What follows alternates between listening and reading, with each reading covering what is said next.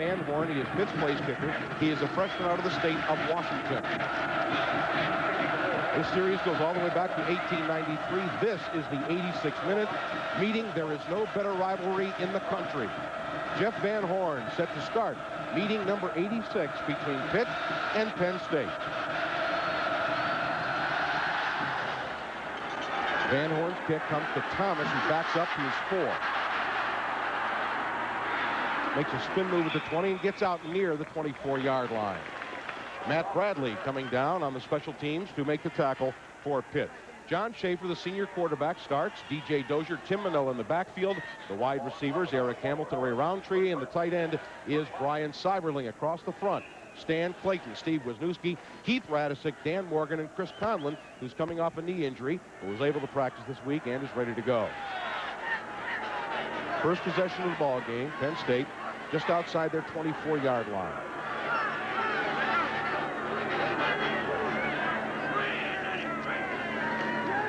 Gable wants to throw on first down, throws deep along the sideline, and it is overthrown. Looking on the far side for Eric Hamilton, Quentin Jones on the coverage. The pass incomplete. That brings up second down and 10. The Pitt defense, Tony Woods, the great All-American and a surefire first-round NFL draft pick at one defensive end. Walter Johnson, Tony Siragusa inside. Bert Grossman, the cousin of former Steeler tight end Randy Grossman, the other defensive end. Afke, Jerry Olsavsky, Darrell Woods, Tony Woods' younger brother, and Quentin Jones, Terrell Austin, Billy Owens, and Gary Richard in the secondary. Schaefer to throw again. Sets up a screen. Out to Dozier. Needs a block. To the 30 and 31-yard line. Dozier will pick up 7. It'll bring up third down and 3. Dozier is Penn State's leading receiver. That is his 25th catch of the year. And Steve Afke makes the tackle for the Pitt Panthers. Joe Paterno, anticipating Pitt playing strong against their running game, came out through. He got man-to-man coverage in the first play. Checked off. Schaefer checked it off. Here they come back with a screen. Good call. Dozier gets a block, turns it up to the inside, just short of the first down. Third down and 3. Penn State at zone 31. Schaefer will throw for the third time past the sideline, and it is incomplete. He was looking for his wide receiver, Ray Roundtree, and Gary Richard, a junior college transfer from Denver, Colorado, and perhaps the best one-on-one cover man in the Pitt secondary, breaks it up. So Schaefer throws 3 passes, completes 1. Penn State will be forced to punt. That brings on John Bruno, averaging 40.7 yards per kick. Terrell Austin back deep for Pitt. Austin coming off an injury, averaging just a bit better than 3 yards per punt. Return. Whatever wind there is against Bruno. However, it's not very strong. It's a low kick. Austin will let it hit and pick it up at the 31. And he's hit hard at the 35-yard line. So only a 4-yard return. Quintus McDonald coming downfield to make the first hit. Kurt Bernier finishes up. It's a 38-yard punt, a 4-yard return. And let's meet the Pitt Panther offense. Joe Filitsky, the junior from Central Catholic in Pittsburgh, is the quarterback. Charles Gladman and Craig Hayward in the same backfield. Billy Osborne, Michael Stewart, the wideouts. Tom Hubner starts at tight end. Tom Ricketts, Bob Sine, Chip Bukowskis, Mark Stepnowski, and Randy Dixon, the All-American, at right tackle. Single back set with Hayward. Slot left, wing right. Filitsky to throw on first down. Fires in the flat, and the pass is caught for a short gain. The pass complete to Hosea Hurd. Duffy Cobbs knocked him out of bounds. But the pass completion is good for about 5 yards up to the 40-yard line. And Pitt showed us a kind of a spread, one-back formation, and Filitsky went to the pass on first down. Penn State's defense, White, Russo, and Johnson across the front. The linebackers, Conlon, Bauer, Giftopoulos inside. Johnny Graham from Pittsburgh, the other outside linebacker. And there's the secondary. Second down and 5. Again, the single back set. This is Hayward. And he meets a stone wall across the 40 to the 41-yard line. Craig Ironhead Hayward, averaging 4.6 per carry, gets only a yard there to bring up third and 4. Tim Johnson and Shane Conlon make the tackle with help from Pete Giftopoulos. They try to run Hayward behind Dixon, their big tackle, and that's the way to stop a 260-pound back, to get him deep in the backfield before he gets started. Once he gets started, he can really be a load. As a matter of fact, in practice this week, Penn State took Irv Bellamy, a nose tackle, 5'11", 260 pounds, and he simulated Craig Hayward, because they're about the same size, but one's a nose tackle and the other is a running back. Third down and 4. Hayward driving to the 44, but he'll be shy of the first down. Mike Russo, the nose tackle, speaking of nose tackles, makes the stop for Penn State. He's a senior out of Mahopac, New York, at 6'2", 260 pounds. He and Hayward weigh exactly the same. If Craig picks up 3, it'll be 4th down and 1, and that'll bring on the Pitt punter, John Rasp, averaging 39.4 yards per punt. Back deep for Penn State. Jim Coates on the near side, Ray Isom on the far side. Coates takes at the 15. Finds a seam to the 30. Across the 35 and out to the 39-yard line. Well, good return by Jim Coates. The tackle made by Chris Ross on the special unit. It's a 41-yard punt, but a 24-yard return for Penn State. 12:31 to play in the first quarter. The score, Pitt nothing and Penn State nothing. We'll be back right after this.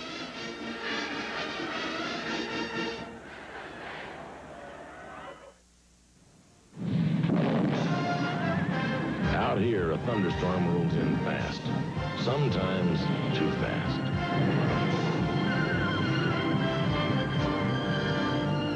And when they're taken care of, it's your turn. Push. Head for the beer brewed natural as a mountain stream, for a taste as smooth as its name. Push. Head for Bush Beer. Head for the mountains. If there's one thing I've tried to teach my linebackers over the years, it's don't get faked out. Hold your ground, keep your head up, use your eyes, then pursue. Same goes for businesses. If you want to reach customers when they're ready to buy, the Genuine Belle of Pennsylvania Yellow Pages is the book you want. If you want your ad to hit with maximum impact, don't be fooled. Advertise in the Genuine Belle of Pennsylvania Yellow Pages. They wrote the book. Jim Coates with a 17-yard punt return. That's better than double his average, George. He got a good block from Ray Isom, as you see to the left of the screen, allowing him to cut up inside and make that nice return, and puts Penn State in decent field position.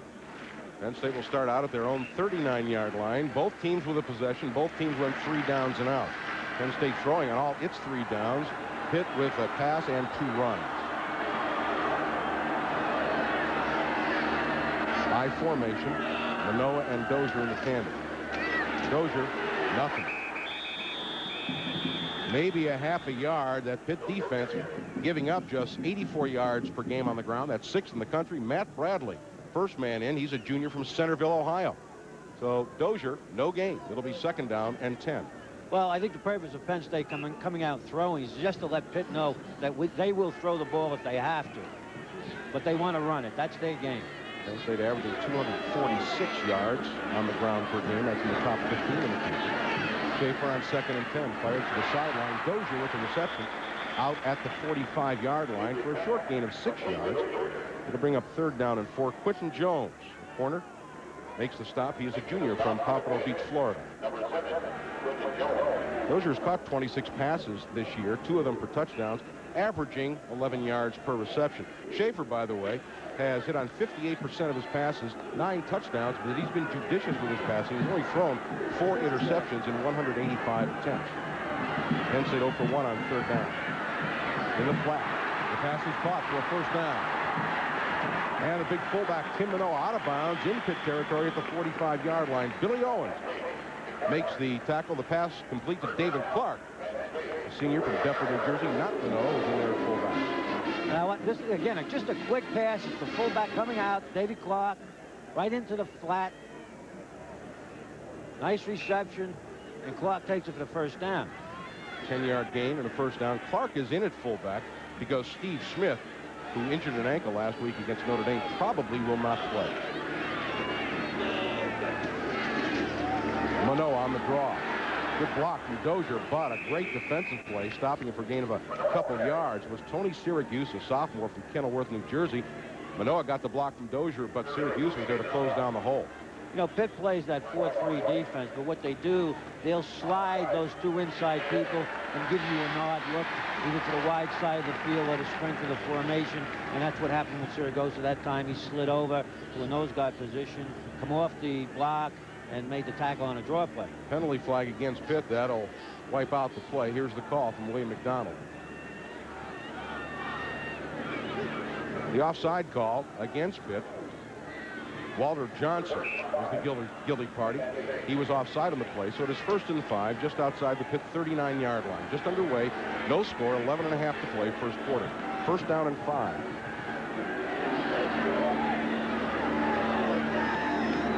Manoa. Tough yardage, down to the 36-yard line. Manoa, a big fullback from Pittsburgh, North Allegheny. Jerry Wall made the tackle. The gain is 3. It'll be 2nd down and 2. Nice story about Tim Manoa. He is from Tonga. His parents now live in Hawaii. They have never seen him play a football game. They are not wealthy people, and the Penn State players chipped in out of their own pockets and raised enough money to fly Tim Manoa's parents here to University Park for the game today. They are in the stadium to watch their son play. Manoa banging inside the 35 and down to the 33. That's a Penn State 1st down. Apke on the tackle. That's a very nice story that the players raised all that money enough to allow Tim Manoa's parents to be here. Stan, you know you got a team when the kids do that. That time, Penn State ran a cross buck. They gave it to the first man through. That was Manoa for the 1st down, and it showed cross buck action. Penn State's 2nd 1st down. They have it at the Pitt 33. Double tight end for Penn State. Paul Pomfret lines up on a wing left. Dozier cutting inside the 30 and down to the 27-yard line. D.J. Dozier picking up 6. It'll be 2nd down and 4. Syracuse on the first hit. Darrell Woods, the outside linebacker, a sophomore, came in to help out on the tackle. You see DJ from an I formation now. He'll cut up inside of Grossman, number 92. That's Clayton, number 74, starting for Conlon. Gets up in front, leads up in front of him. Dozier with the gain of 6. It is 2nd down and 4.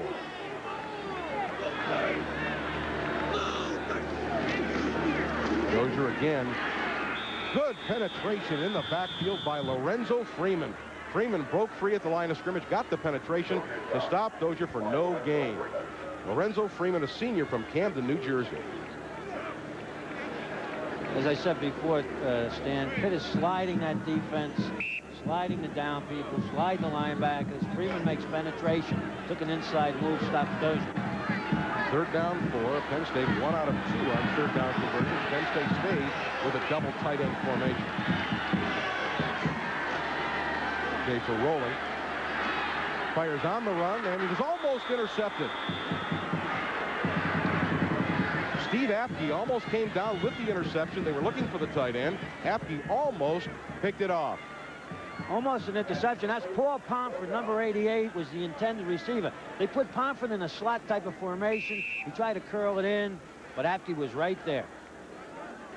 Apke had a better chance to catch the football than Pomfret did. That'll bring on Massimo Manca to attempt a 45-yard field goal. He is 12 out of 21 on field goal attempts this year. Kick is up. It is long enough, and the kick is good. Massimo Manca, a 45-yard field goal, perhaps officially credited as a 44-yard field goal. Penn State takes the lead. 9 minutes to play in the 1st quarter. The score, Penn State 3, Pitt nothing. We'll be back right after this. The celebration.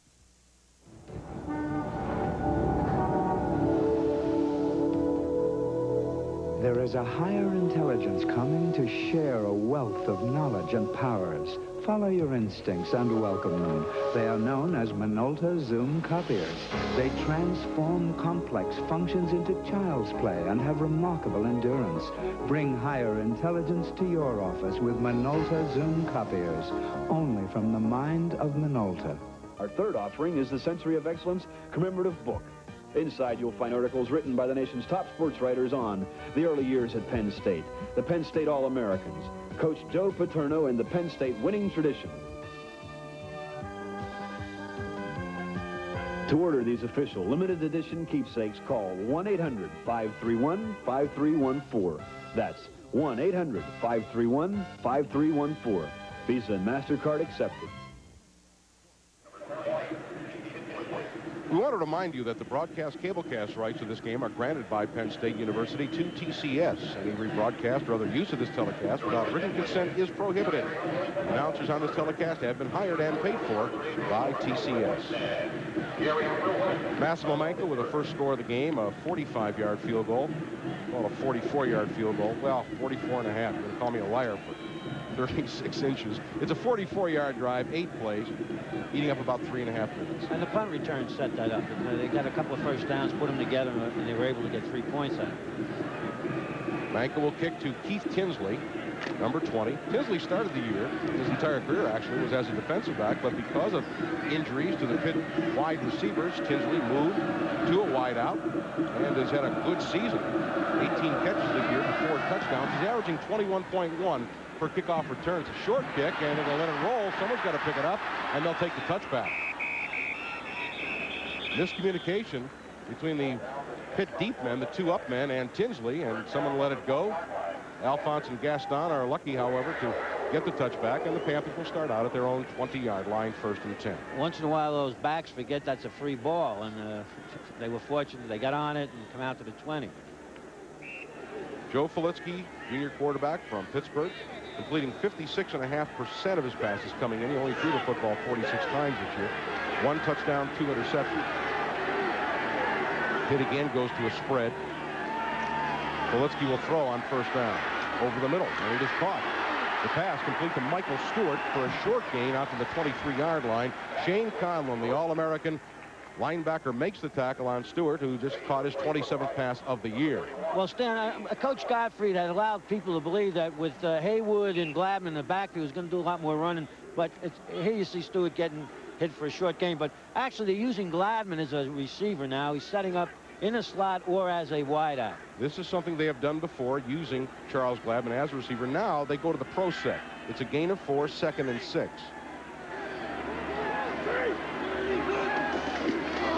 Gladman make that Hayward to the 25-yard line, a gain of perhaps a yard, maybe a bit more. Trey Bauer, inside linebacker, made the stop on Ironhead Hayward. We'll call it a gain of 1 and make it 3rd down and 5. Well, that's a tough place to run. You have Russo in there, Bukakis, the center for Pitt, trying to block Russo, but you got 2 tough inside linebackers in Bauer and Giftopoulos in there. Hayward is Pitt's leading rusher, 729 yards coming into the ball game. Now Joe Filitsky facing a 3rd down and 5, and again it is the Pitt offense in a spread. It's a blitz. Mike Russo's after Filitsky. Flag down. The pass is thrown incomplete. There was a flag down. Mike Russo led the charge on Joe Filitsky, who did well to get rid of it. We are going to have a flag on the play. It's a hold against Pitt. That'll be declined, and the Panthers will be forced to punt. Well, Russo made the first penetration, but Shane Conlon coming from the outside. Watch it. Watch this kind of pressure. I see Johnson there, 55. Now, that's Russo coming in. Filitsky's trying. He's flushed out of the pocket.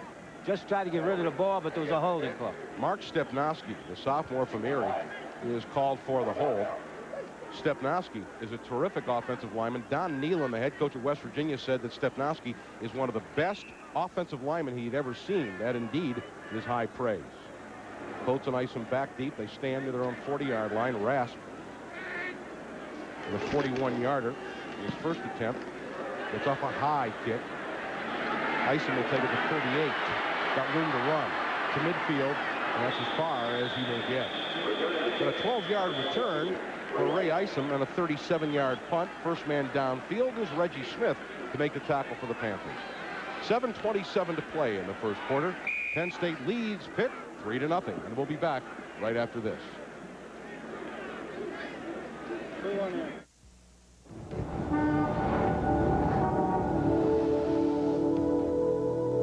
There is a higher intelligence coming to share a wealth of knowledge and powers. Follow your instincts and welcome them. They are known as Minolta Zoom copiers. They transform complex functions into child's play and have remarkable endurance. Bring higher intelligence to your office with Minolta Zoom copiers, only from the mind of Minolta.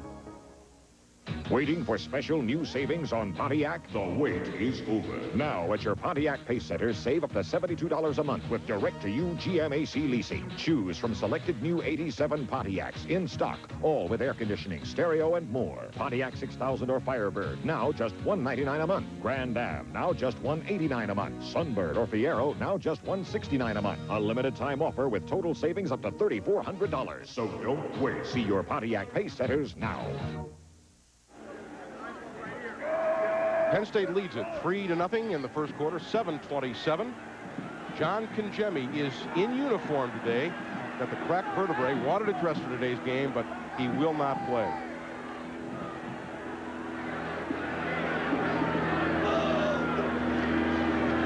DJ Dozier. The running room is hard to find against this Pitt defense. They're awfully good against the run. Dozier picks up a couple into Pitt territory. Lorenzo Freeman made the first hit on the plate. Jerry Wall, junior from Ingomar, a linebacker, helped out. Wanted to talk more about John Congemi. He had a great career at Pitt, a real competitor, a real leader on his football team. He can throw, and he can throw well, but with that cracked vertebrae, the doctors are not willing to take a chance with a hit, which could, of course, compound the injury. 2nd and 8. Play action, looking deep, wide open is Hamilton, and he can't catch up to it. Eric Hamilton was wide open for a touchdown. Schaefer too tall with the throw. Well, they ran Hamilton on that post pattern. Pitt has been playing very tight in the secondary. Not a man out. Schaefer steps up in the pocket nicely. He just overshot him by a couple of feet. Hamilton's wide open or else at 6. A little loft on the pass would probably have gotten the job done. Pitt, with its excellent corners in Richard and Jones, will play it very tight on the corner. 3rd down and 8. Penn State 1 out of 3 on 3rd down conversions. Here's a fade pattern along the sideline, looking for Roundtree, but it is overthrown. Schaefer's completion percentage drops to 3 out of 8, and John Bruno will be called on to punt. The Panthers secondary, George, a lot like the LA Raiders. They have a lot of belief and a lot of faith in their corners, and they're going to play eyeball to eyeball them. Well, the way they got their defense rigged right now to stop that run and keep a lot of people around the line of scrimmage is going to put your cornerbacks in some man-to-man coverage. Bruno try to kick this one out of bounds. Senior from Upper St. Clair looking for the sideline. Hits at the 5. Takes a Penn State bounce.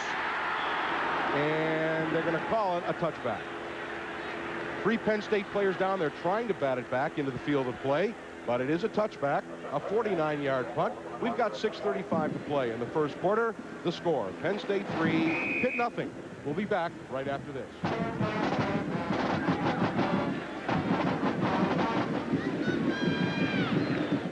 For the holidays, we always go to Grandma's. They never leave. She's got this special way she prepares food. What's that special thing you do, Grandma? I cook it. The holidays. This season, I'm eating out.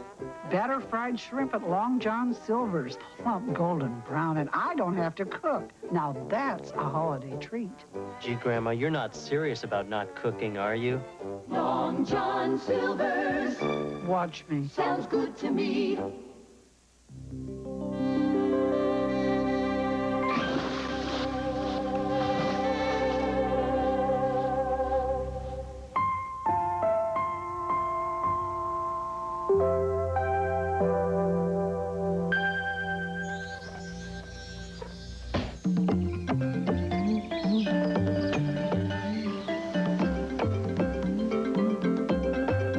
From the full line of Daly's cocktail mixes at your favorite store.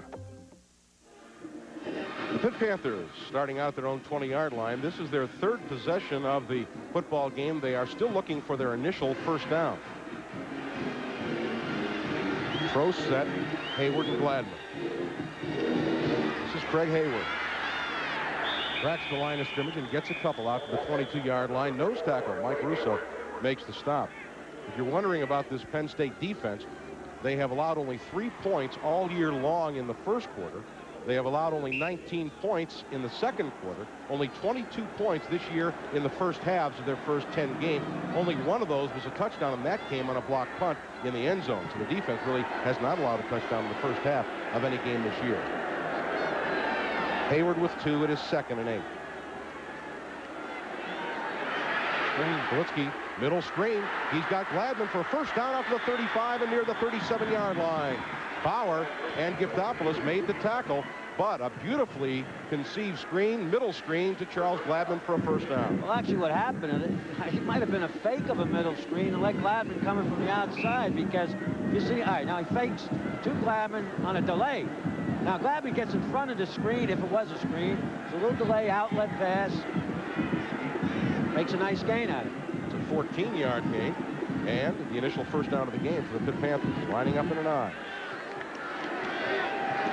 Gladman hit at the line of scrimmage and stopped for no gain. Shane Conlon hit Gladman at the line of scrimmage to slow him up and spin him around, and Mike Russo came in to finish up the tackle. Gladman, no gain. You see why Shane Conlon's an All-American here. This is Gladman with Haywood leading up, who hasn't done much blocking. Conlon coming from his outside position puts him down for the loss. Charles Gladman, who has not played a great deal this year, averaging 3.9 per carry. Second down and 10. Gladman again got a little bit of a hole and knifes his way across the 40 and out to the 41. Good run by Gladman. There wasn't a great deal there. Gladman is able to pick up about 5 yards to bring up 3rd and 5. Trey Bauer makes the tackle for Penn State. Well, you know, everybody knows he's a fine running back. He's had some good days against Penn State in the past, and that time made a nice cut, read the center's block, tried to break it back. Joe Filitsky is going to call a timeout. That is not in that quote you see. He ad-libbed that one. 4:32 to play in the first quarter, and Joe Filitsky will call timeout as Pitt faces a 3rd down and 5. They are 0 out of 2 on 3rd down conversions thus far.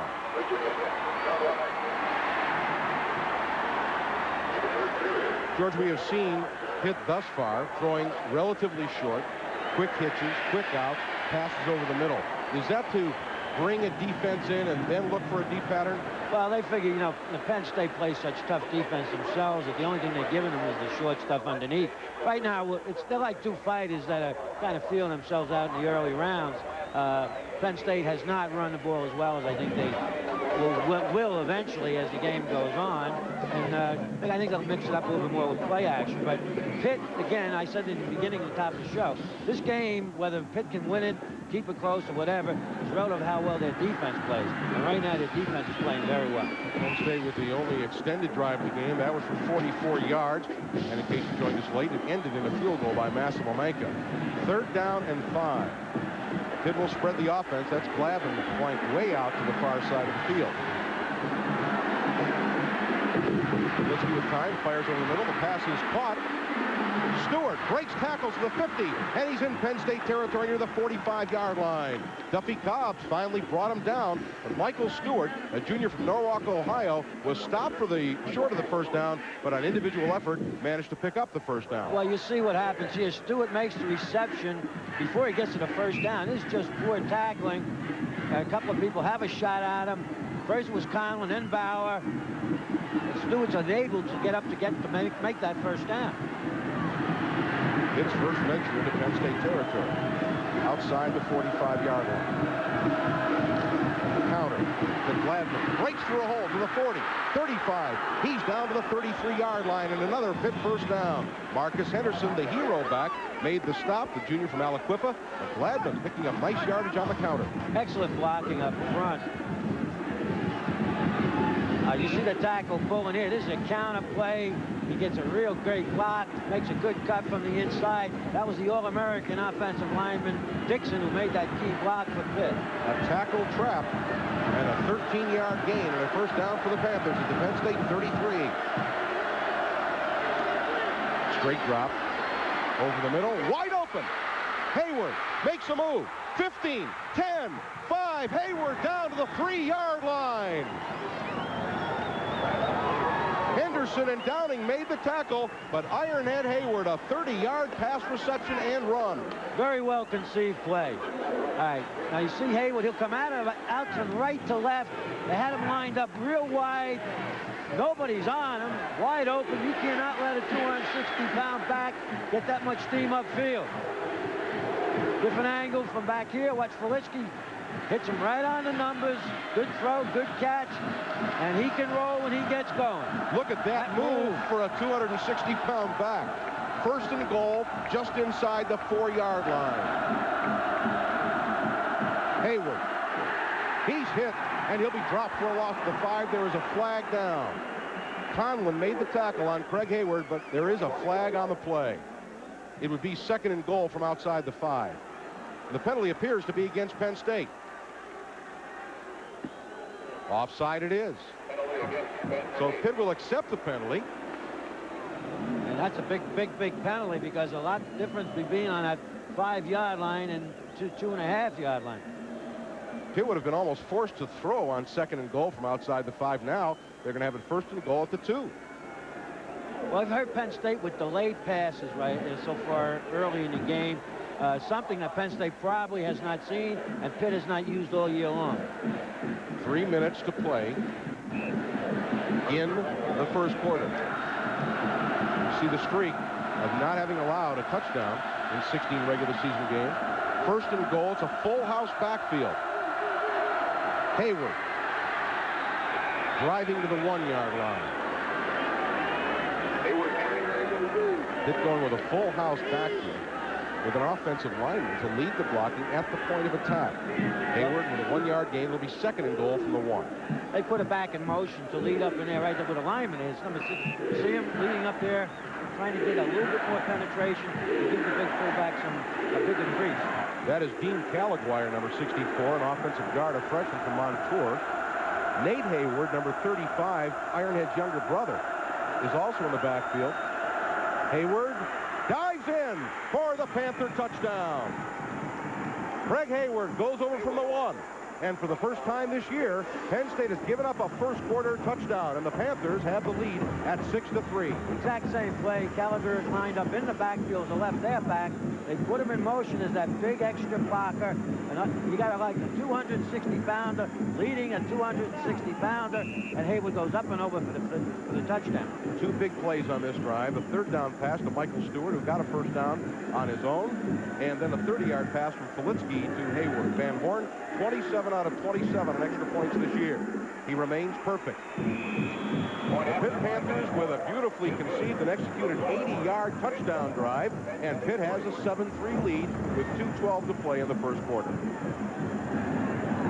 Well, they say, George, that an underdog, and Pitt was a 2-touchdown underdog coming into this game, you allow an underdog to play with you or equal to you or better than you, and of course they begin to believe that they become the superior team. Well, they're an underdog with a lot of talent, though, but, you know, they have a good scheme. That particular play, the key play was the delayed pass to Hayward over the middle because he was wide open. That set up the touchdown, and Penn State has to make some adjustments to some of these delayed passes that Pitt hurt them with. Again, the poor tackling on Stewart, which would have prevented the 1st down, forced Pitt into a punting situation also. Not only the 30-yard pass from Joe Politsky to Craig Hayward, but remember earlier, there was the same kind of circle pattern to Charles Gladwin, which picked up 1st down yardage. Politsky, by the way, 5 out of 6 for 65 yards. Schaefer, on the other hand, is 3 out of 8. Mike Godfrey, in his 1st year and experiencing his 1st Pitt-Penn State game. Back deep for Penn State, Jim Coates on the far side and Blair Thomas on the near side, awaiting the kick of Jeff Van Horn.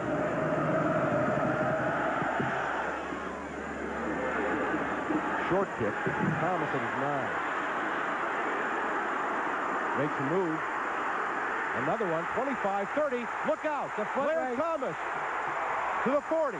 Thomas, he's gone for a Penn State touchdown. Blair Thomas, a 91-yard kickoff return. And just like that, Penn State regains the lead. Well, that's what blazing speed can do to you. Notre Dame almost did it to Penn State last week, but it was a clip. Penn State fortunately did not clip. And you'll see some great moves here. He gets a great initial block. Now, for a man to make a return like this, coach gives him a great block from the side, turns up, puts a move to the inside, another move, cuts to the inside again. Now watch him turn on his speed. This is something a coach cannot teach a kid. It's just blind speed. We have 2 Penn Staters trying to pick him up. Pomfret took out the kicker, Jeff Van Horn, and he was gone. 91-yard kickoff return. The extra point by Mankup is good, and Penn State regains the lead quickly at 10-7. George, there was a great block at the point of attack. Just he caught the ball. See if we can find it. Let's see if we can find it. I was trying to pick it up myself. Somebody came to the outside. Scott Gobb, number 63, the sophomore from Bethel Park, PA, threw the key block on the play. Anytime you have a kickoff return or a punt return that goes all the way for a long distance, somebody makes a key block right around where the ball carrier receives the ball. And this is what happened. Gobb made a key block and allowed Blair Thomas to do all those wonderful things he just did. The last time Penn State returned a kickoff for a touchdown was in 1980. Kurt Warner did it, 88 yards and a touchdown. Thomas, 91-yard kickoff return. Earlier this year, Thomas had a 92-yard run from scrimmage, and believe it or not, did not score. They marked him out at the 1-foot line. And Joe had been disappointed in how his specialty teams had played in the last couple of games. They hadn't played that well. Well, this kind of starting to make up for it. They're playing awfully well today. That is the first return for a touchdown by Penn State this year, either by punt or kickoff. So Blair Thomas, the sophomore from Philadelphia, who's had a great year from scrimmage. He's averaging 8.5 yards per carry. He is Penn State's third leading rusher. Returns the kickoff for 91 and a touchdown, and Keith Tinsley hoping to do the same for the Panthers. And believe me, there's nothing more demoralizing to a football team to have that happen. They just were sky high. They made a nice drive. Pitt took it in for the touchdown, and suddenly, in a few seconds, the other team scores them. Pitt with an 80-yard touchdown drive. 2:12 left, and just in about 15 seconds, Penn State regains the lead. Tinsley at the 2. 15, 20, breaks through and gets out to the 25-yard line. They'll mark him down at the 24. So Keith Tinsley with a 22-yard return. There's Blair Thomas with a well-deserved break and some liquid refreshment. Sophomore from Philadelphia. And Penn State's tailback of the future once DJ Dozier graduates this year. Seems like we've been on the air for about 3.5 days, but there's still 1:51 to play in the first quarter. It's been a good football game thus far. Perfect day for football. 45 degrees, no wind to speak of, sunshine. This may be the last sunshine we've seen in this part of the country until April. Hayward and Gladman in an eye. This is Charles Gladman. Breaks a tackle at the line of scrimmage and fights his way out near the 27-yard line. Matt Johnson, senior from York, PA, made the first hit on the play. Shane Conlon also in there. Gladman picking up 3. We'll call it 2nd down and 7. Gladman thus far 21 yards on 4 carries. You know, that tandem of offensive linemen of 77 Stepnowski and 69 Dixon, they're two fine offensive linemen. And you get a big fullback like Hayward running behind them, they're tough. 2nd down and 7. Penn State secondary rotates. Play fake. Politsky over the middle and is almost intercepted. Pete Giftopoulos, who has 2 interceptions this year from inside linebacker spot, got his hand on the ball. He's 6'3", and he'd been 6'5", he might have had a shot. But Politsky overshot the target, the pass incomplete. That'll bring up 3rd and 7. What you see them, they pick up Gladman this time coming out of the backfield. They swung Hayward one way. Now Gladman will come up to the other side here. They're trying to get him on a secondary type of a delay play, but that time Penn State had it covered. It looked like Politsky was looking for Gladman again. Joe brings the Panthers out on 3rd down and 7 in a split backfield set. Delayed draw. Gladman, he's got running room. Gladman is hit hard, but he's got the 1st down across the 35 and out to the 38-yard line. Good play call by Mike Gottfried and his staff. They cross Penn State up. We've got flags and some late hitting going on along the sideline. Ray Isom made the tackle. If there is a penalty assessed, it will be a dead ball foul, which would mean that Pitt would have the 1st down, most likely, but face a 1st and 25. Well, Isom and Gladman were both going at it. From my angle, looked like both kids should get penalized and they should offset, but we'll see what they call here. Pitt does have the 1st down at its own 38 after the game by Gladman. It is a dead ball foul. Offsetting penalty. Okay, now this is a good call. It's a draw play, but Gladman shows what kind of a back he is. That Stuffy Cobbs has got contained, and then Isom filled a little too late and couldn't prevent him from making the 1st down. But Gladman is a really good fine back. Right now the scuffle. And a little eyeball to eyeball, face guard to face guard. Push. This is a pushing game. No, you know, it really wasn't that serious. All right, the best way to call it. Nobody gets penalized on the play. 1st and 10 at the 38. Hayward up inside, pounding his way across the 40 and out to the 43-yard line. Ironhead Hayward with a 5-yard gain. It'll be 2nd down and 5. Trey Bauer made the tackle on the play. Hayward now 14 yards on 7 carries. 30 seconds to play in the first quarter. Penn State leading 10-7. Pitt with an 80-yard touchdown drive. Blair Thomas a 91-yard kickoff return made the difference. A Massimo Manca field goal. 2nd down and 5.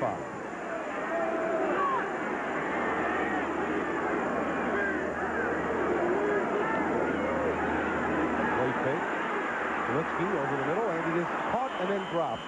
Billy Osborne, the intended receiver. He is Pitt's leading receiver with 31 catches. Can't hang on to that one. That'll bring up a 3rd down and 5 with 8 seconds to play in the quarter. That would have been a tough catch, Stan. A little crossing pattern there, and the ball was away from Osborne. He would have had to make a great adjustment on that.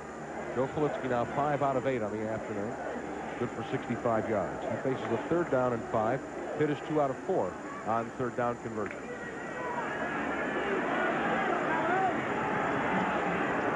Slot left.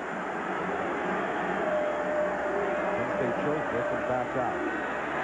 Zalitsky firing, and it is incomplete. The pass thrown on a slant pattern to Hosea Hurd. Marcus Henderson over there on coverage.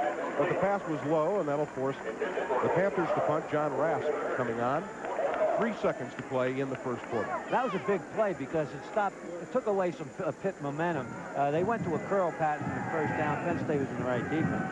Well, the return game for Penn State has been responsible for both scores. A 17-yard punt return by Coates set up the field goal, and of course Thomas's kickoff return. At Penn State, it's only a touchdown. Coates and Ice were back deep, standing inside their 20.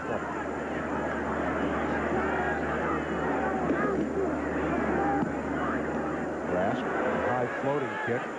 Coates takes him to 23. Up the middle, the 30, and tripped up from behind across the 35 and out to the 36-yard line.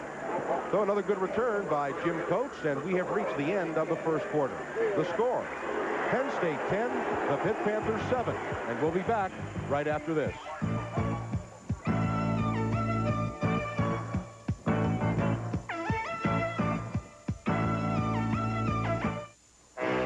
We were working Bella, Pennsylvania Yellow Pages when... But I just bought a Yellow Pages ad. This the book? No. With this Bella, Pennsylvania name on it? That's not it. Then it wasn't the genuine Bella, Pennsylvania Yellow Pages. The one 99% of the public knows on sight. The one they turn to when they're ready to buy. The only Yellow Pages you need. You see, friend, somebody got you to advertise in a strange directory. Well, what do you know? Sir? I guess somebody took me for a ride. Don't be fooled. Advertise in the genuine Yellow Pages from Bella, Pennsylvania. We wrote the book. 100 years of Penn State football. In honor of the Century of Excellence, we're proud to offer this limited edition 3-volume videotape collection. Volumes 1 and 2 include highlights from the Century of Excellence galas. You'll see former Penn State greats and experience the excitement.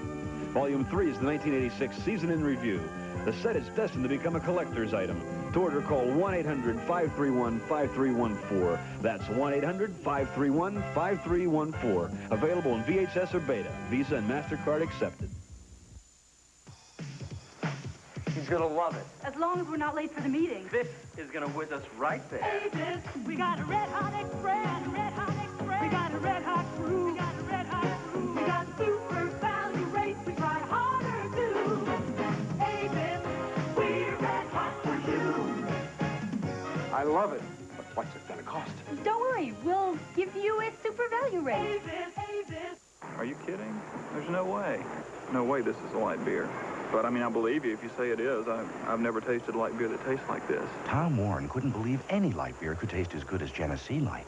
I'm shocked. I mean, it really is a light beer. I've always thought that light beers were just regular beer that was kind of watered down. But this has got a taste all its own. It's really, really good beer. This proves you don't have to give up taste to have a light beer. Jimmy Light, that's delicious. All set to begin the second quarter of play. Penn State with a 10-7 lead over the Pitt Panthers. After a 13-yard punt return by Jim Coates, Penn State starts out at their own 26. Make it 36.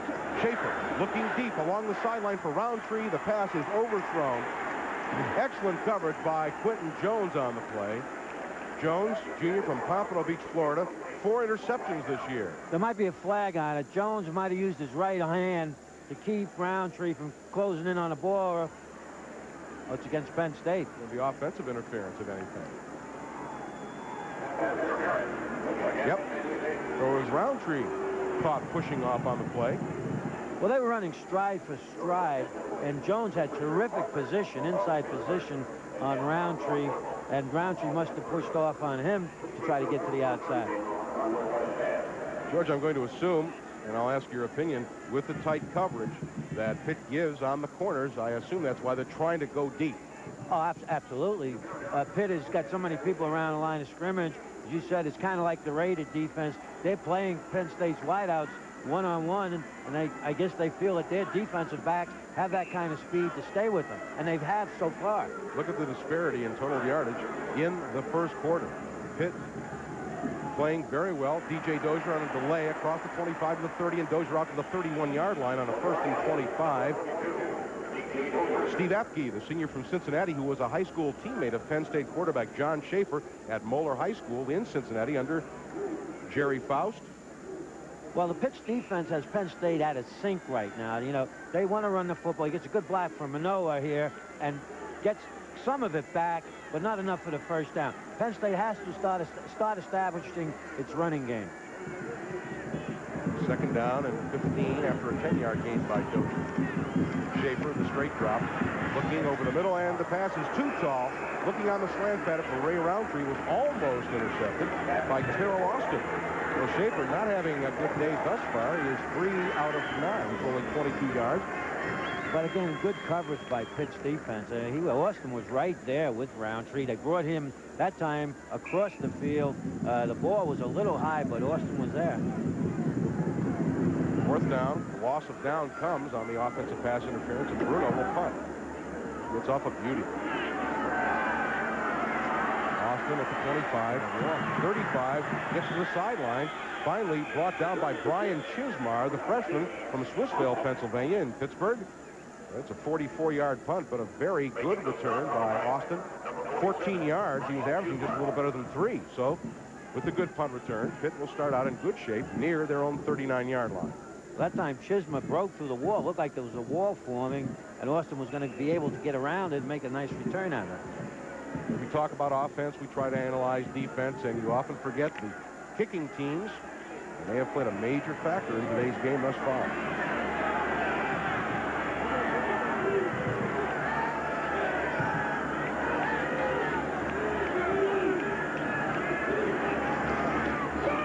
Charles Gladman gets outside. The 45 makes a move. He's finally brought down by Ray Isom at the 47-yard line. So a good move by Gladman to get outside off his tackle and pick up good yardage for the Panthers of 8 yards. That's just excellent running. You watch Gladman. He's supposed to go inside. Nothing there.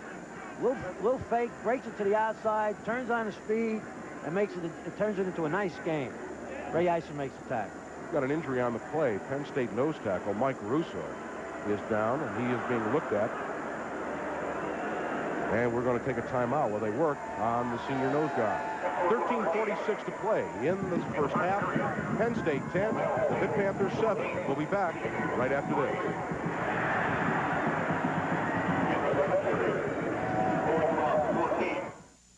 When you're deciding where to go for a burger, look at it this way. On one side, you've got the McDLT. On the other side, you've got the Whopper.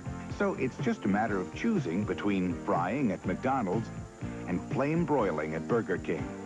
Between a burger they'd rather serve their way and a burger fixed your way.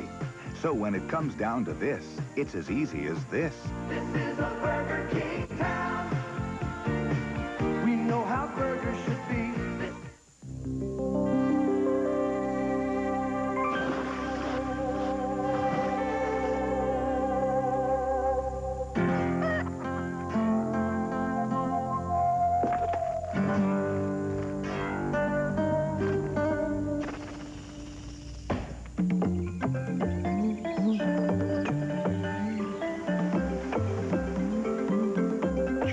Full line of Daly's cocktail mixes at your favorite store.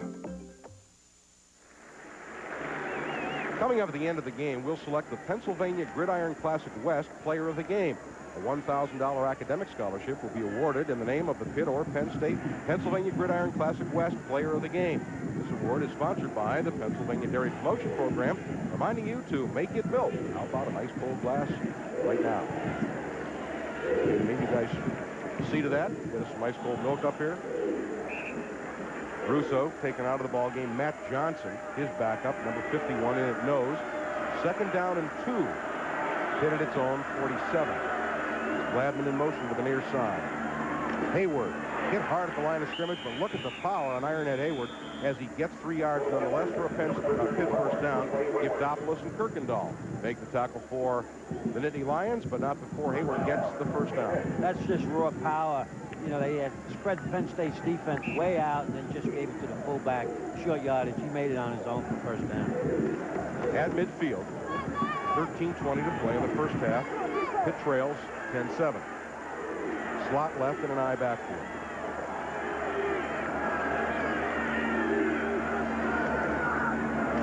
Gladman off tackle into Penn State territory and a gain of 3 to the 47. Don Graham, senior from Brentwood High School in Pittsburgh, makes the tackle. Second down and 7. George, would you call that misdirection, or is that just Gladman's option to cut whichever way he wants to go? Well, they just ran him back to the short side, and he made a couple of good cuts out of it. He picks the hole where he wants to go, and he's got to read the offensive blocking scheme. The offensive line for the Pitt Panthers doing a good job. That's number 72, Chris Getz, Bill Chirpak, Bob Sine, alternating Chip Bukowskis, Mark Stepnowski, and Randy Dixon, plus the tight end Tom Hughes. Penn State's defense third in the country against the run. Second down and 7. Deep drop pass over the middle.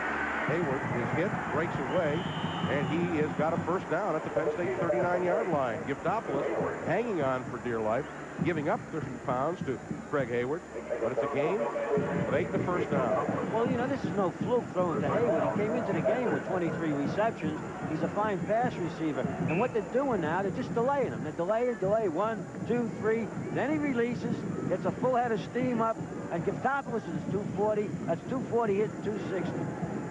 Should a linebacker be responsible for any back out of the backfield? Yes, they will. I'm sure Giftopoulos had him. He just was a little slow reacting. Hit 7 first down of the ball game. They're at the Penn State 39. Hayward off left tackle, diving ahead for a couple of the 37-yard line. Giftopoulos and Kim Johnson making the tackle. Keith Karpinski in the ball game, number 84. You know, and Hayward is not one of those big backs that gets tired, because against Miami, he broke the Pitt rushing record of the amount of carries in a football game. So, you know, he doesn't get tired. He's 260, but he can keep going. Into the game for Pitt, and he's been there for the last couple of plays. It's Chucky Williams wearing number 81. He's an offensive tackle, but they're lining him up as a tight end. Gladman split wide to the near side. Second and 8. Politsky deep over the middle, and it is overthrown. Incomplete. Isom, actually, the closest man to the football, looking for Osborne down there. Ray Isom had the coverage on the play, and a good rush by the 2 Penn State defensive ends, Bob White and Tim Johnson. That brings up third down and 8. Once again, when Penn State decides to go after Politsky, he gets rid of the ball real quick, and it seems to give him a lot of problems. And maybe we'll see a little bit more of that. Politsky 6 out of 11, 74 yards. Pitt facing a third and 8. They are 2 out of 5 on third down conversion. At the moment, the Panthers are out of field goal range. The first down will put them in. Hayward motion. We're going to have a legal procedure on Pitt. Politsky throwing deep, incomplete. The motion, you saw 2 Pitt players in motion at the same time. Well, that was the formation that they hit Hayward on a delay a few times. Actually, there's nobody in the back. It was just the quarterback, and they got the backs both out on the wings, and they got Penn State's defense. It's a spread formation. The illegal shift will go against Pitt. Penn State will decline and bring up 4th and 8 and force Pitt to punt.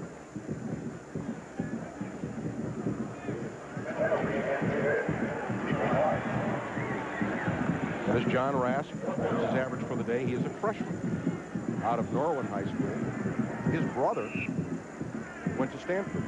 Ray Isom is the lone safety. Rask will be looking to the sideline. A big rush by Penn State. Doesn't quite get there. Don Graham made the rush, and the punt is going to be a touchback. good effort by Pitt, almost getting down there. They're down at the 2-yard line, but the touchback, and Penn State will take over at its own 12. 11:03 to play in the first half. The score remains. The Penn State Nittany Lions 10, the Pitt Panthers 7, and we'll be back right after this.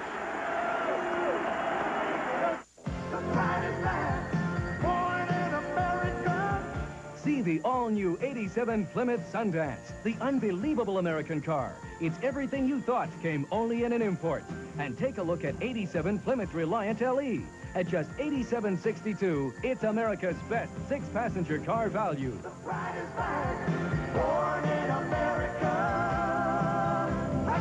Your Delaware Valley Chrysler Plymouth dealers can put together a great deal for you. 91 Bravo, proceeding on rescue training mission. One weekend a month, you can take off for the beach, the mountains, or a drive in the country in the Army Reserve. Subject spotted. All that you can be. It's no picnic, but it's the kind of excitement no other weekend offers. Mission completed. We're heading home. And you'll still have 3 weekends a month to take off on your own. Find your future in the Army Reserve. State will start out at their own 20-yard line. They have had only one drive, that of 44 yards for a field goal. Pitt has been the better of the two offensive units thus far, yet Penn State leads by a field goal.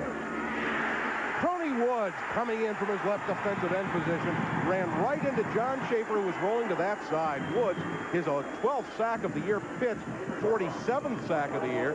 And what a good defensive call. They ran right into the formation. Well, they anticipated play action. Nobody touched Woods.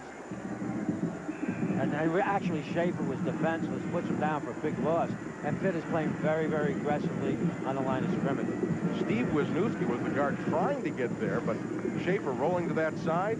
And the guard, Wisniewski, a sophomore, could not get there. The loss is back to the 10. It is 2nd down and 20. Manoa. No gain. Well, the Pitt defense is all fired up now. Tony Siragusa made the first hit on the play on the big fullback from Pittsburgh. 3rd down and 20. Well, the way Pitt's playing their defense, as I said, when they came in, they had nothing to lose and everything to gain here. They're doing a lot of gambling. I think for Penn State to hurt them, they're going to have to hit one of them deep bombs on them and against that man-to-man coverage. Penn State, total offense, less than 50 yards. Schaefer rolling out again, looking deep to the sideline. The pass is going to be incomplete. Eric Hamilton was the receiver on the play. He would not have had a first down. Of course, it would have meant another 18 yards in field position. Now Penn State will be forced to punt out of their own end zone. So John Schaefer now is 3 out of 10. That sequence set up by Tony Woods, senior defensive end, All-American, first-round draft pick. He's out of Newark, New Jersey. They might go for the block here. Bruno is standing only a yard deep in the end zone, so only 11 yards separation. He gets it away. Good kick. Austin at his 42, looking to make a break. Flag is down, and Austin has his legs cut out from under him at the 43-yard line. Coming down on the tackle, Brennan Gartner down there. It's a 48-yard punt, virtually no return. We'll see what happens on the penalty. Well, when Austin pulled up, there was a grab from behind, and it's a hold and against Pitt. I think it was number 52, Matt Bradley, who will be caught on the hold. So the penalty will hurt Pitt's field position. There's the hold. Bruno comes out there with a big punt when they needed it. One of the things absent from the game thus far, the turnover ratio. Penn State a plus 18 on the year. That's 4th in the country. Pitt is a -1.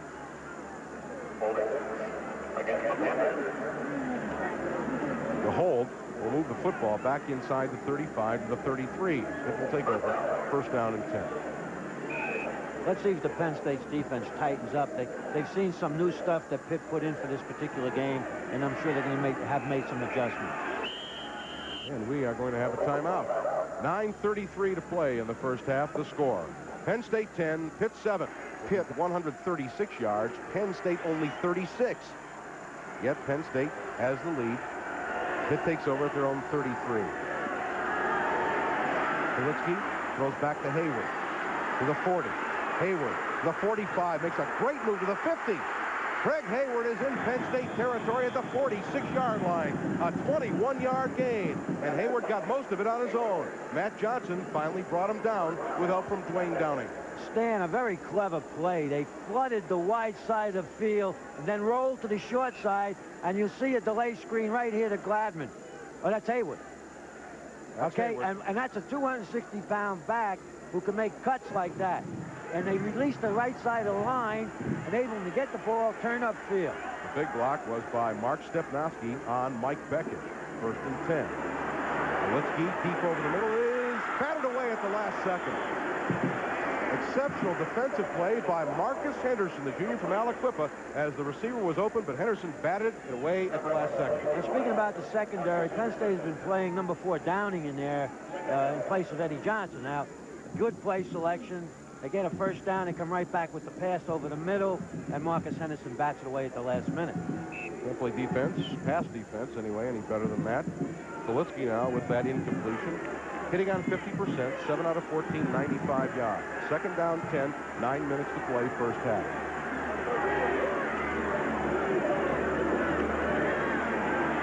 Politsky with all the time in the world, firing deep, man wide open and dropped. The pass, looking for Keith Tinsley, the senior out of Detroit. He was wide open, and he dropped it. Well, Tinsley had 18 receptions coming into the game, and he's going to remember dropping that one, if Penn State goes on to win this football game, because he was wide open. They split the zone. Right here, you see Tinsley coming right to left. Nobody near him. Could have had it. There's no pressure from a defensive back. Somewhat in defense. Tinsley lost his footing at the last second. That obviously was a ball that he should have caught. 3rd down and 10. Pitt 2 out of 6 on 3rd down conversion from the Penn State 46-yard line. Politsky, he is going to be sacked by Tim Johnson. No fumble on the play. He was down at the 43-yard line. Tim Johnson, the senior defensive end out of Sarasota, Florida, his 5th sack of the year, and Pitt will be forced to punt. And Penn State only rushed 4 men. Johnson took an inside move from his tackle position. He just plumb beat his man, put Politsky down for a loss. He was definitely down. His knee touched. It was not a fumble. Rasp with the kick. Coates feels that in 17. Tries to go up the middle, but good coverage by Pitt. Coates gets a 5-yard return out to the 22-yard line. So Penn State will take over at their own 22 with 8:19 to play in the first half. Kerry Wall, by the way, made the tackle on the punt. It's a 38-yard punt by Rasp. George, have you noticed Pitt defensively doing any kind of stunning or something perhaps that they haven't used before? Well, no, not anything that I know they haven't used before. They slide their linemen one side or the other, their linebackers, and they're coming hard. They're coming, taking the gap, and they're playing man-to-man coverage on the outside. It's going to be awfully tough to run. Dozier outside and does a good job. He gets 5 yards. Took it outside. Richard and Darrell Woods make the tackle for Pitt, but for DJ, it's a 5-yard gain. He now has rushed for 23 yards on 6 carries. His average, 4.6. He's rushed for 9 touchdowns. It is 2nd down and 5. It's a gambling type of a defense, and you can be buried with a play-action pass where you can get somebody deep and, for a long gain or a touchdown. Of course, you've got to make them respect the run first, and Penn State has not been able to establish its running game. Dozier again, counter to the weak side. To the 30, Dozier, 35, and run out of bounds up near the 38-yard line. So Dozier picks up a Penn State first down. He was run out of bounds by the free safety, Troy Washington. That's that tailback counter that they run so well to the short side of the field. Now they're picking up a pattern of what the Pitt's defensive team is doing. You see that little counter play here with Dan Morgan out front. And a good block tackle. Good block by Chris Conlon on the tackle. So Dozier picks up yardage for the Penn State first down. A 12-yard gain.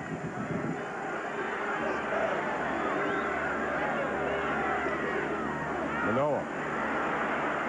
Good speed to the outside 40. Look out, 50. He's in the Pitt territory at the 49-yard line. Troy Washington ran him out of bounds, but there you see the speed of Tim Manoah. He's 6'1", 230 pounds, give or take. It's an 11-yard game, but he does have good speed in the outside. Well, all year long, he's been taking this up to the inside. Clayton does a great job of reach blocking, and so does DJ Dozier take the corner down. And then Timmy Manoah just turns on his speed and gets to the outside. Good block by Dozier on Darrell Woods. Blair Thomas comes into the game. Penn State at the Pitt 49. There's Thomas on a wing left. Darrell Giles in motion. Manoah, and that'll be another illegal shift. Same thing Pitt did a little bit earlier. Penn State's going to get called for the same thing. 2 men in motion. Doesn't have to be at the same time. The gain was negligible, perhaps a yard, yard and a half, so Pitt might want to decline. The important thing, though, Stan, is that Penn State's offensive line is starting to establish themselves on the line of scrimmage. You said before, Dozier got a great block from Conlon, who I thought, you know, was hurt last week. He's back in the football game in place of Sickler. And then Manoah made a nice run, getting to the outside with a great block from the other tackle, Clayton. Illegal motion on the offense. Repeat first down.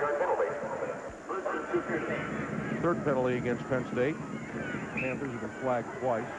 So Pitt accepts the penalty, moves the ball back to the Penn State 46. First down, 15. 6:45 to play in the first half. Schaefer setting up the screen. Thomas gets to the 50, and that's a great play by Jerry Olszewski, because there were two blockers ahead of Thomas. He would have gone for a long way, but Olszewski, the sophomore from Youngstown, brings Thomas down after a gain of 4. And Olszewski came off a block, too. They had him. They were trying to nail him. Straight drop back action, a little screen to the bottom of our screen to Thomas. Was not thrown well, but was a great play by Olszewski. That was the first pass Schaefer has hit in a long time. He is now 4 out of 11. He had missed his last 5. Second down, 11. Schaefer looking deep over the middle, and it is incomplete. Good coverage on the play. The pass intended for Darrell Giles, but back there was Gary Richard, and he had help from the strong safety, Billy Owen. That's a good defensive play. That was an excellent defensive play. That's a well-thrown ball, though, and that was that post pattern that we talked about. Now, Penn State had some people open early in the game, especially Hamilton, and they overthrew him. This time it's on the money, but there's a good play by defensive backman. Richard has 3 interceptions this year, returned 1 of them for a touchdown. They put a lot of stock in their cornerbacks and asked them to do a lot of things. Third down, 11. Penn State 1 out of 6 on third down conversion. Schaefer looking sideline, and it is caught for a first down. That's a great reception by Eric Hamilton. Richard makes the tackle, but Eric Hamilton, who does some acrobatic things, pulls down the reception, the 17th catch of the year. That was play action, but it's a great throw, too. He got it up and high, allowing Hamilton to go over Richard, the defensive back, because Richard was there. It's just a super catch, and the ball was thrown nice and high. A 13-yard reception, good for a Penn State first down. Penn State with 5 first downs. They have the football at Pitt 37. 5:48 to play in the half. Penn State leading 10-7. Thomas finds a hole up the middle. That's a good move down to the 30-yard line. Boy, the backs with the great ability can do those kinds of things. The great backs make their best moves at the line of scrimmage. Well, I believe Penn State went to an unbalanced line at that time to the wide side of the field, and you'll see Blair Thomas following his fullback Manoah make a cut to the inside. There's a little seam there, and you say great backs have a knack of doing those things. Thomas with a 7-yard gain, second down and 3. Paul Pompa comes in at tight end. Schaefer calls out of a play at the line of scrimmage. Manoah cuts up. He's got the Penn State first down at the 26-yard line. Olszewski with the tackle, but when Tim Manoah turns upfield and squares his shoulders, not many are going to stop him short of what he was able to get. Well, that was an audible. They ran it back to the short side of field, to the tight end, and as you said, when Timmy Manoah makes that cut upfield, he's awfully tough to stop. Steve Smith, in case you're wondering, probably will not play today. He was injured in the Notre Dame game and most likely will not play, so Manoah getting all the work at fullback. David Clark would be his replacement. Dozier back in the ball game. It's a counter. The outside, 20, 15. Dozier, 10, 5, touchdown, Penn State. DJ Dozier, a 26-yard touchdown run. Well, that's another great back. Now, that time Penn State was in a too tight end formation. We've got a flag at the end of the play and a border skirmish in the end zone. Quentin Jones. That would be a dead ball foul, but assessed on the kickoff. Let's watch this little counter that they run so well. Big hole, and Conlon makes a great block, allowing Dozier to cut back to the inside. Then he does it on his own, breaks a tackle, turns on his feet, and gets into the end zone. And Jones comes high after the DJ gets into the end zone, throws him down. We have a little skirmish. Again, watch Shane Conlon tackle spot number 57, springing Dozier. Dozier's 10th rushing touchdown of the year. Quentin Jones was hit with the penalty. I don't know if it will be called a personal foul or face mask. We'll see. Most likely to be assessed on the kickoff since Dozier had already scored. In any event, Massimo Manca is on to attempt the extra point. That was a frustrating type of a penalty, similar to the one that a couple of weeks ago in a pro game with Joe Morris, defensive back, after Morris ran in for a touchdown, threw him against the boundary wall, and and he apologized. He said, "My emotions got, I got carried away with my emotions." The touchdown stands. The dead ball foul, a personal foul against Quentin Jones, will be assessed on the kickoff. As we thought, in any event, it is Penn State's best drive of the football game. Their first touchdown drive, in actuality, the other touchdown and a kick return. 78-yard drive in 9 plays. Dozier finishing off with a 26-yard touchdown run. We've got another penalty added on now. John Schaefer's going to get flagged with something. We'll see what happens on the kickoff. And Massimo Manca will be on to attempt the extra point. Kisner will hold from Manca, who this year is perfect on extra points. And he remains so. 4:35 to play in the first half. The score, Penn State 17, Pitt 7. We'll be back right after this.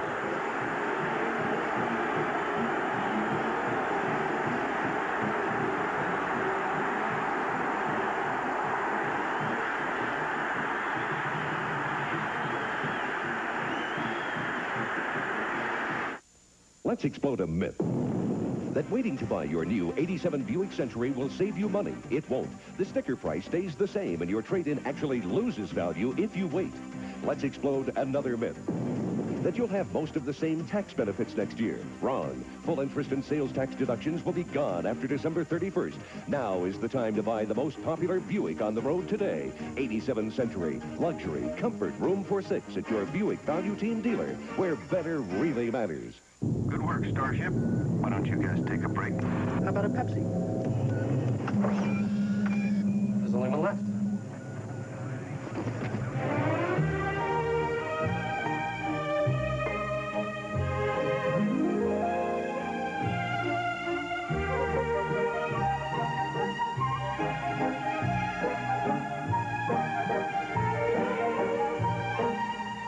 Pepsi, the choice of a new generation. Joe Paterno wasn't overly happy about that, but in any event, the personal fouls offset each other, and so the kickoff will take place at 35. Well, I thought Joe was screwed up for the game last night. Now I know he's screwed up, but the one thing Penn State wants to do now is to stay calm. That was a great drive, one of the better drives you'll see that they have made in the last 2 weeks. Tinsley backs up to the 4. 15.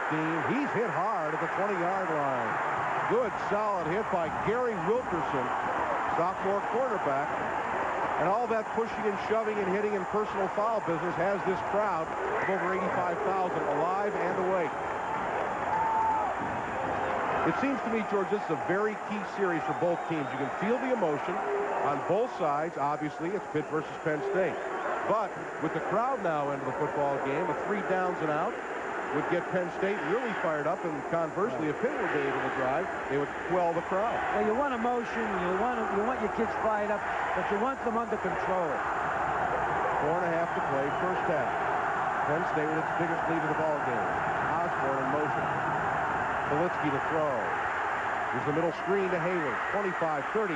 Hayward is across the 35 and out to the 38-yard line. Pete Giftopoulos made the tackle. But again, the Panthers going to that middle screen, and that has been most successful for them. What they do now, they're taking that to the short side of the field. And you'll see Hayward just fake and then slide out. It's a rollout type of a screen. It's a very well-designed play, and obviously they're doing a great job of executing.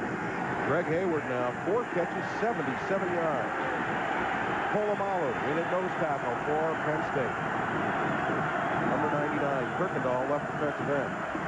Here's a delay to Gladman, looking to get outside, makes a great move on Conlon, and Gladman is out to near first down territory. Charles Gladman picks up 11 and a Pitt first down. Ray Isom finally brought him down, but what a move he put on the All-American linebacker. Well, Joe Paterno said he felt Gladman's as good a running back as there is in the country. He hasn't had a great year this year, but you see him out there today in this game, and he looks like a great running back. Now watch this. This is all on his own. Fakes to the inside, breaks it. Watch this move here. Fakes to the outside. That's on Shane Conlon, the All-American. That's a great tackle by Isom. Conlon may be missing a piece of equipment. It's lying at about the 48-yard line. First and 10 from the 49. So let's do the straight drop.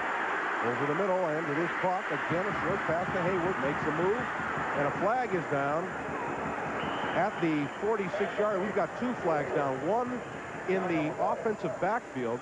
Penn State may get hit for roughing the quarterback, but there's also a flag at the 45-yard line. Well, this is what I was talking about before. You have to have your kids under control. They can't get carried away emotionally with all the things they have at stake here and then lose their poise. Because if Pitt comes down and gets a touchdown, then they're going to be really pumped up for the second half. You see Dwayne Downing was in there for the injured Eddie Johnson. Downing, a junior out of Chesapeake, Virginia. Let's sort out the penalties here.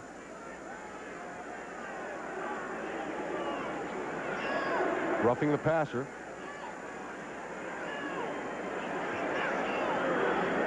And a face mask. Both of them against Penn State. So Pitt will have his choice. In any event, they will accept whatever penalty. The gain on the play was only about 4 or 5 yards, so the penalty would give them first down. They accept, and that moves the football all the way down to the 31-yard line. Well, it was definitely a face mask, and Downing was about 190. He's trying to tackle a 260-pound back, and he grabbed the face mask. But they're hurt. Roughing the passer over here Against Penn State. was declined. They had a face mask over here. 15 yards, first down. So it is tacked on to the play. Dead ball on a 15-yard face mask penalty, tacked on to the end of the play. So that moves the ball down to the 31-yard line. 3:30 to play in the first half. Tinsley in motion to the far side. Politsky, short roll. Dumps it off, and it is dropped by Craig Hayward, and he had 2 blockers ahead. Pitt very creative with his passing game, looking to get the ball to Craig Hayward, who is a real load once he gets in the open field. That's the exact same play they've run several times before. It's a rollout type of a delay screen. Now, he comes to the short side. That time he dropped it, but again, it was wide open. He had a blocker ahead. Chris Getz was ahead of him. Politsky 9 out of 18, and he's second down and 10 from the Penn State 31.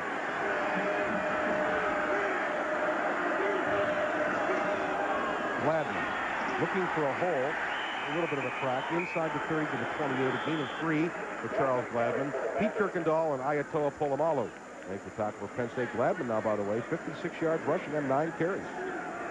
It'll be third down and 7. Clock running now under 3 minutes. Pitt has used 1 timeout. They have 2 remaining. Penn State has their entire complement of 3.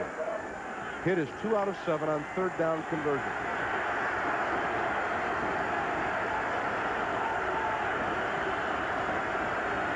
Here's Penn State shows blitz. Here comes Bauer. Politsky's got time, firing deep to the corner, and it is overthrown. The pass intended for Billy Osborne on the sideline. Double coverage over there, and Marcus Henderson came over on the third down pass. That brings up fourth down, and that'll bring on Jeff Van Horn, the field goal kicker. But Stan, it was the pressure of the blitz that made Politsky throw that ball awry that time. They come up from the inside, and they come up clean, and it seems every time they put pressure on. That's why they're rolling out a lot and dumping it off to Haywood, that they're expecting that Penn State's going to put pressure up from the inside. This will be a 45-yard field goal. Van Horn, a freshman, 11 out of 16 this year on field goal attempt. 45-yarder, virtually no angle. Kick is up. It looks like it's going to be short, and it is way short. So Jeff Van Horn misses the 45-yard field goal, and with 2:30 left to play in the first half, and all 3 timeouts remaining, Penn State will try to add to its lead, which currently is 10 points at 17-7.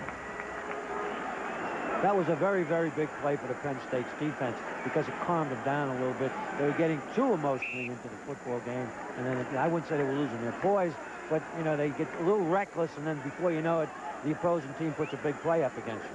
Well, one of the things that stemmed the tide of the crowd, at least, was the fact that Pitt was able to drive the ball from the 20 down to the Penn State 30. Let's see if Penn State opens it up here.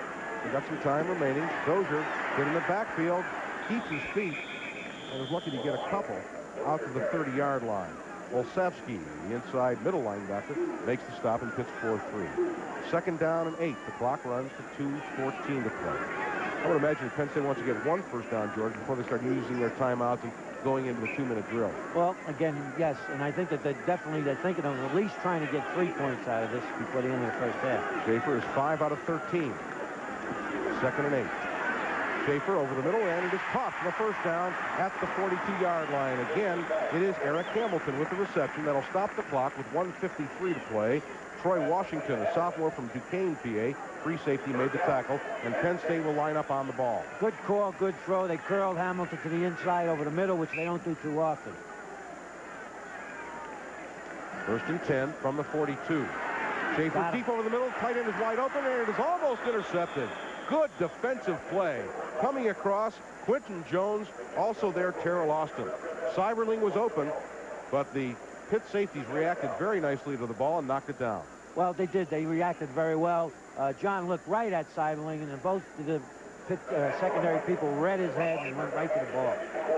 You know, they always say that secondary people read the quarterback's eyes. I don't have the best eyesight in the world.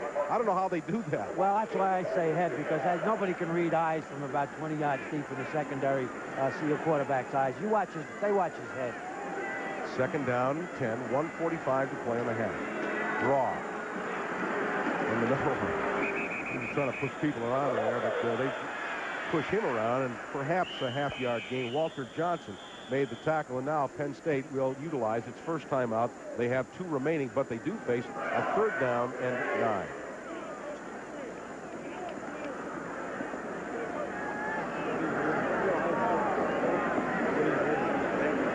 John Schaefer will talk it over on the sideline with the offensive coordinator, Fran Gander. Here's some scores from other games. How about this? Ohio State leads Michigan 14-3. The winner of that game will go to the Rose Bowl to face Arizona State. Temple leading Rutgers 6-0 in the first quarter. West Virginia at home in Morgantown leading Syracuse 7-0. That also in the first quarter. Clemson leading South Carolina 8-0 in the first quarter. So there's a big ball game down there. Look at Holy Cross, Gordy Luckbaum and company, tied with Boston College at 14. Boston College seeking a bowl bid, probably get one if they win today. A&M over TCU 7-0 down at College Station in Texas. A&M trying to rebound from that loss to Arkansas last week. Bowl bids can be officially extended today at 6 p.m. Although that's certainly a formality with what goes on. I sometimes get the feeling, George, that the bowls are almost set up by about the time Labor Day rolls around. You're absolutely right, but I wouldn't be surprised to see Penn State come back to that curl pattern that they hit Hamilton over the middle for, middle with a couple of plays before. See the time remaining. It is a 3rd down and 9. Blair Thomas comes into the ball game to play some Dozier. Schaefer sideline, and it is dropped. The pass was to Blair Thomas, and he had the ball, but I think you look up to see where he was and how much he needed for the first down. As it is, that stops the clock, and Pitt will get the football back with about 1:20 to play, and they'll have an opportunity to do something before halftime. That's the old story of trying to run with the football before you actually caught it. Bruno on to punt. Terrell Austin standing at his own 10-yard line. Austin from Sharon, PA, John Bruno, played high school football at Upper St. Clair in Pittsburgh. Been a very solid kicker for Penn State. Pitt has the return on. Bruno gets it away. And it takes a Pitt bounce. And it'll be down outside the 25 to 27-yard line. So the Panthers will have good field position as they take over. They're on 27. They have 1:20 to play, and they have 2 timeouts remaining. Now, if you're the defensive coach, George, how do you play this? Well, again, you have to play soft here. You know, you don't want to gamble too much and let them go for a long bomb. Only because you got to remember that Pitt is going to take chances. So I would play it a little soft and see what they try to do. And definitely I would be looking for that play to Haywood and the draw play and some screens and things like that. Pitt is, you know, I think, again, would try to get some kind of points, maybe even just 3 out of it. 1st and 10 from the 27-yard line. Gladden makes a spin move, and he gets a yard, maybe 2 out to the 29. We've got a flag on the play. Inside linebackers Trey Bauer and Pete Giftopoulos make the tackle. Let's see what the flag is. I think it was legal procedure against Pitt. It would be 2nd down and 8 or 1st and 15 if it is a procedure call. Motion man turned upfield a little too quick. Illegal substitution on the part of either that or he's got heartburn. I'm not sure which, but illegal substitution.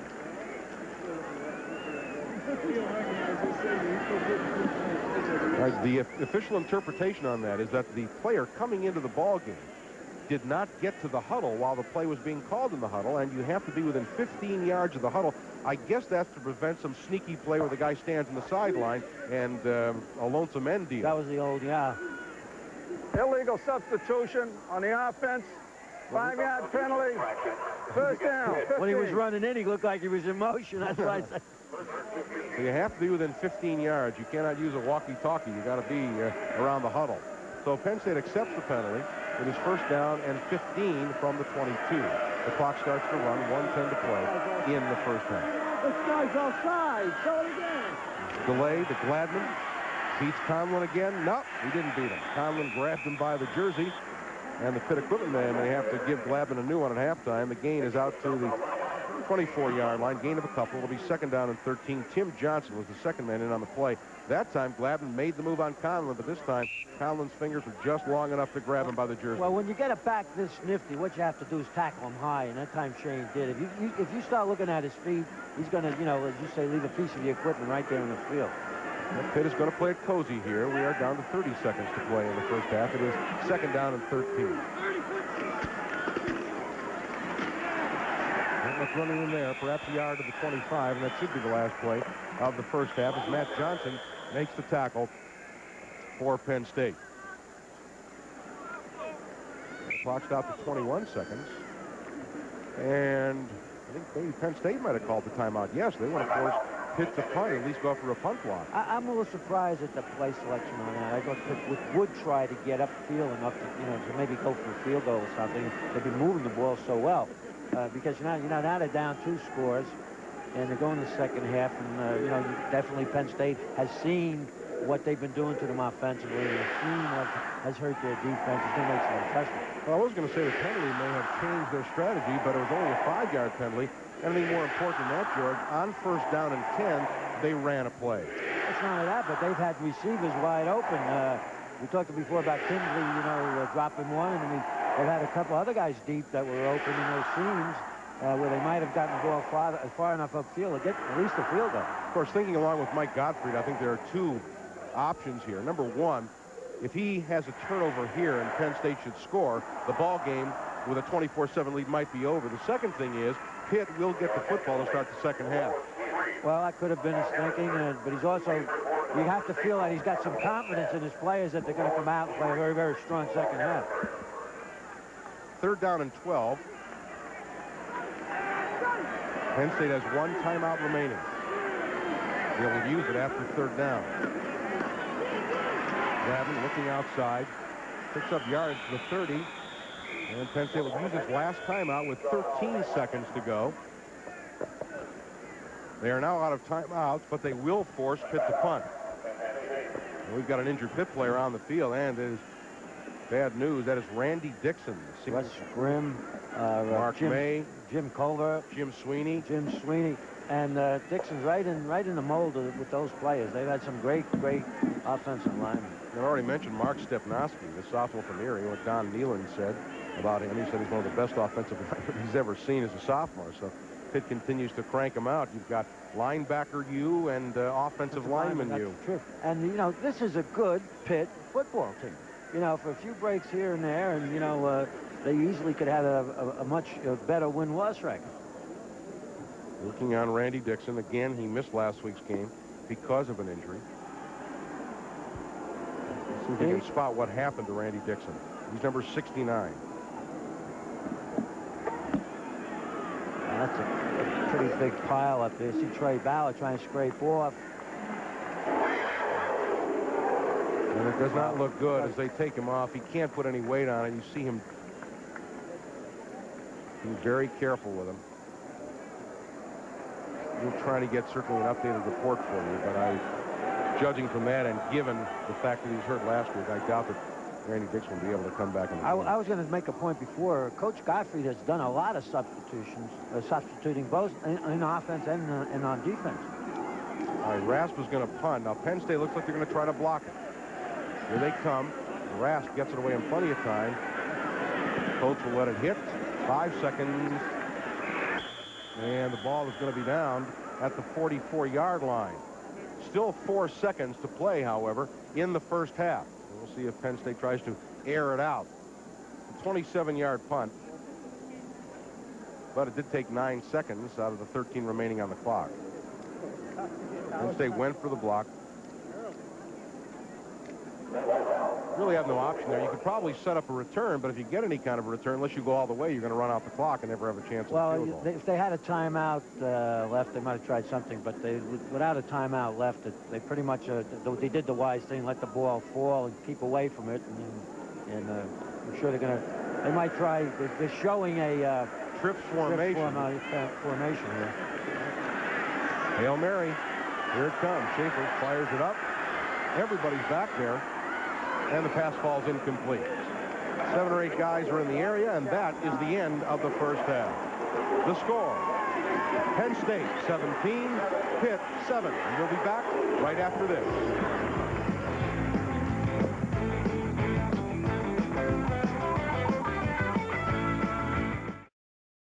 Green and using Haywood as a receiver more than actually as a runner has hurt Penn State, and the proper use of Gladman in the game. Gladman and Haywood are a tough tandem to stop. We should also point out that Pitt had appealed Sal Janilla's red shirt, although he played a half against Miami. Because he came down with an asthma attack and could not play, they appealed to the NCAA to get a medical red shirt. However, that was turned down. Thursday night, we believe, the information came down, and so Sal Janilla will have just 1 year remaining at Pitt. Keith Tinsley back deep to receive the second half kickoff. Massimo Manca with a field goal today and a couple of extra points will kick it off.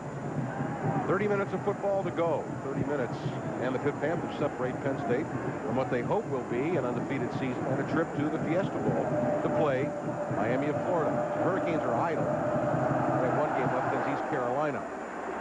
Kick is deep by Manca. Tinsley 5 back. And will take it in the end zone for the touchback, and the Panthers will start out at their own 20-yard line. First down, 10. Joe Filitsky is it on 9 out of 19, 117 yards rushing. Charles Gladman, good game, 63 yards on 12 carries. Ironhead Hayward, 20 yards on 9 carries, but he's also caught 5 passes for 80 yards. He has scored, Hayward has, the lone Panther touchdown. First and 10, Pitt, their own 20. Slot to the left, the spread offense. Hayward, the lone setback. Hayward gets it on the draw. Looking outside, beats Cobbs, 25. He is dumped by Ray Isom. Isom, who's 5'9" and 175 pounds, dumps Hayward, but Ironhead gets 8. It'll be second down and 2. Well, that time Gladman was lined up as a wide receiver to the top of his screen. He comes back and cuts Cobb. You see right here that he's cut down by Gladman, and Isom has to come up and tackle that big old horse. Randy Dixon is not in the football game. Suffered an injury late in the first half. Second down and 3. Gladman is hit in the backfield. He'll be dropped for a loss. Donnie Graham, the senior from Brentwood High School in Pittsburgh, throws him for a loss back to the 25-yard line, a 3-yard loss. Graham, acting as a co-captain today, leads the Penn State Indy Lions in sacks with 9. And Donnie Graham makes quick penetration. Nobody touched him. Gladman had no place to go. Speaking of injured players not coming back in the ball game, Mike Russo, the starting nose tackle, who was injured in the second quarter, has not come back in the football game. And so Matt Johnson, senior out of York, PA, number 51, is playing on the nose. Pitt with a 3rd down and 5. They are 2 out of 9 on 3rd down conversion. Blitz. Filitsky's in trouble. He gets it away, and it is overthrown. They were again looking for Hayward over the middle, but the blitz by Don Graham put the pressure on Filitsky, and he was forced to get rid of it much earlier than he wanted to. Graham on the blitz. It's 4th and 5. I'm sure that's one of the adjustments. They brought Graham, who's an outside linebacker, linebacker up to the inside. You see it to the middle of the screen here, and the snap is not good on the punt. Isom fields to the 43. Isom breaks into the middle, and he's across the 45-yard line into Pitt territory near the 43. Troy Washington made the tackle. It's only a 33-yard kick. Rasp had a little bit of difficulty with the snap, got off a low, poor kick of 33 yards, and Isom returns it to Pitt territory. 13:25 to play in the 3rd quarter. It's Penn State 17 and Pitt 7. We'll be back right after this.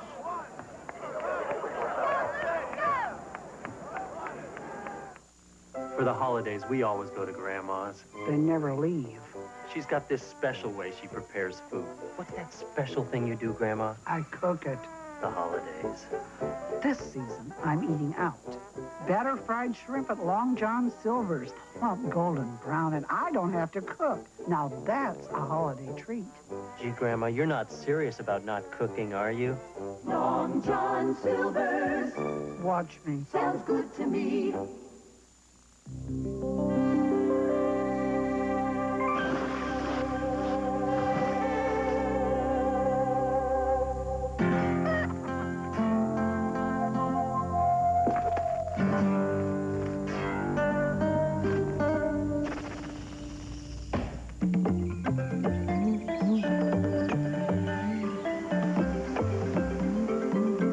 Choose from the full line of Daly's cocktail mixes at your favorite store.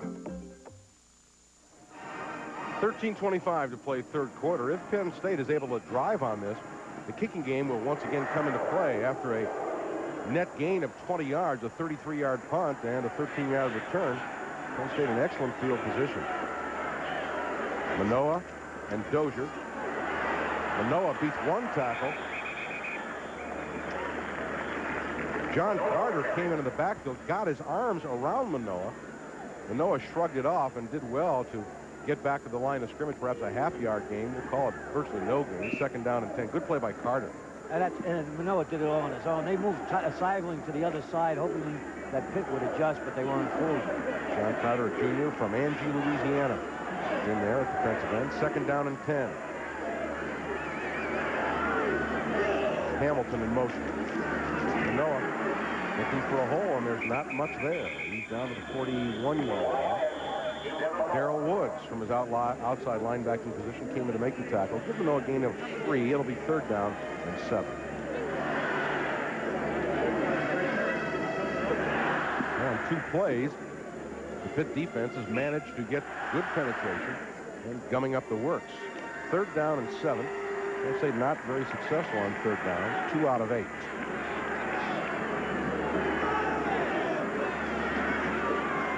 All-out blitz by Pitt. Schaefer fires on the run and throws it too wide. He was looking for Dozier. Carroll Austin was over there on the coverage. But the blitz by Pitt forced Schaefer to fire early. Even if Dozier had caught it, chances are he would have been stopped shy of the 1st down. And so Penn State fails on its first possession of the 2nd half. Excellent coverage in the Pitt secondary. Austin coming up on Dozier, and Bruno will be looking to punt this one out of bounds. Austin back deep. Bruno looks for the far sideline. Ball will hit inside the 10, and it'll roll out of bounds at the 11-yard line. Well, the punt is only good for 30 yards, but no return on the play, and Pitt will have to start out at their own 11-yard line. 12:04 to play in the third quarter. The score, Penn State 17 and Pitt 7. We'll be back right after this.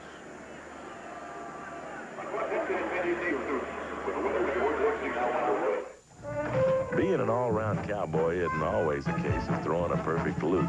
Sometimes it's a sack of potatoes. And when you're ready for a second opinion, whoosh, head for the beer brewed natural as a mountain stream for a taste as smooth as its name. Whoosh. Well, that was really good. Want some more? Sure. Head for Bush Beer. Head for the mountains. 100 years of Penn State football. In honor of the Century of Excellence, we're proud to offer this limited edition 3-volume videotape collection. Volumes 1 and 2 include highlights from the Century of Excellence galas. You'll see former Penn State greats and experience the excitement. Volume 3 is the 1986 season in review. The set is destined to become a collector's item. To order, call 1-800-531-5314. That's 1-800-531-5314. Available in VHS or Beta. Visa and MasterCard accepted. Coming up at the end of the game, we'll select the Pennsylvania Gridiron Classic West Player of the Game. A $1,000 academic scholarship will be awarded in the name of the Pitt or Penn State Pennsylvania Gridiron Classic West Player of the Game. This award is sponsored by the Pennsylvania Dairy Promotion Program, reminding you to make it milk. How about a nice cold glass right now? From the 11, first and 10, the Pitt Panthers trailing 17-7. This is Craig Ironhead Hayward. Hit at the line of scrimmage and thrown at the line of scrimmage by Bob White, the big defensive end from Freeport, PA. Hayward, virtually no gain on the play. It'll be second down and 10. You notice that Matt Kisner, the Penn State backup quarterback, is warming up along the far sideline. I don't know if John Schaefer was injured on his third down pass attempt or not. We'll wait to see. Second down, 10, 11.5 to play in the third quarter. Eddie Johnson was injured last week with Notre Dame. He's still out of the ball game. Dwayne Downey in there at right corner. Gladman, hole up the middle to the 15 and 16-yard line. Give Gladman a gain of 5 to bring up third down and 5. Charles Gladman with a 5-yard gain. And Matt Johnson makes the tackle for Penn State. Well, so far, neither team has done anything different than they did in the first half. Penn State's playing the run a little bit better. They're stopping Gladman a little bit better. But let's see if Pitt goes to the air here deep in their own territory. Keith Tinsley comes into the game in the place of Billy Osborne. Tinsley dropped one earlier as a wide receiver. Third down and 5. Powers shows blitz, now backs out. Politsky, short drop, fires, and it is intercepted. Pete Giftopoulos stepped in front of the intended receiver and makes the interception. Giftopoulos, who almost had one earlier, made a great defensive play to sneak in front of the receiver. Giftopoulos, his third interception of the season. Penn State's 21st as a team. Well, we said, you know, Giftopoulos is the next tight end, good hands. Now, this is an adjustment made at halftime. This is, again, that delay to Gladman coming out of the backfield. This time he played a much tighter man-to-man step right in front and made the interception. Well, Giftopoulos on his knees making the interception. Penn State's 21st of the season. They are now a +19 in turnover ratio. And for Joe Politsky, that is his third interception of the year. And Penn State starts out at the 17-yard line. Dozier, hole up the middle, inside the 15 and down to the 13-yard line. DJ with a 4-yard gain to bring up second down and 6. Well, Penn State has a chance to put the game away here. And, you know, they have sputtered inside the 20-yard line. It's very important that they get some points. And Matt Kisner is in the game at quarterback. The senior from Youngwood, PA, played at Hempfield. Only thrown 32 passes this year. Apparently something is wrong with John Schaefer. Or Penn State might think they have to roll out against the type of defense that Pitt's playing. Pomfret, double tight end, wing right, second down and 6. Kisner at quarterback. Pitch wide to Dozier, flags down all over the place. It's not delay of game. There are still 3 seconds to go on that clock. Let's see what the call is. Whatever, it's a dead ball foul.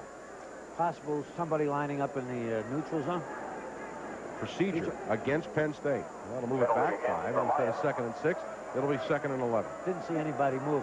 But the possibility of Kisnam being in there, if Schaefer is not hurt, is the fact he's a little bit more mobile than Schaefer. Dead ball foul, illegal procedure, offense, repeat the down. Our report is that John Schaefer, in throwing the last incompletion to Dozier on the previous series, hit his hand on someone's helmet and is out of the game. Whether it's for the rest of the game or temporarily, we don't know, but that apparently is the injury report. 2nd down and 11. Kisner wants to take off and run, and manages to get back to the line of scrimmage. He's at the 18-yard line. John Carter with the tackle as Kisner didn't see anyone open and tucked it up and tried to run. It'll bring up a 3rd down and long. That was a good, smart play, though. He took it back up to the inside, try to, make a gain out of it. He didn't do anything reckless. Here's John Schaefer, and you see the ice bag on his throwing hand. Schaefer, in the football game, had hit on only 6 out of 19 for 52 yards. 3rd down, 11.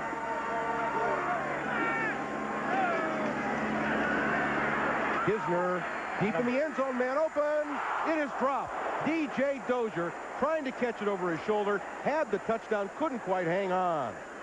Well, you can't throw the ball any better than that. Let's watch D.J. come out of the backfield, a little fake to the fullback. Matt Kisner does a great job. They got a man for man. He breaks wide open. The ball's over. He has to turn his head a little bit. Should have had it, though. And Roundtree breaking to the inside was also open. Off Dozier's hands, a pass that he could have caught. It's a 35-yard field goal attempt now by Massimo Manchi. 1 for 1 on the day. The kick is up, and the kick is good. Massimo Manchi, a 35-yard field goal set up by the interception by Pete Giftopoulos, and with 8:48 to play in the 3rd quarter, it is now Penn State 20 and Pitt 7. We'll be back right after this.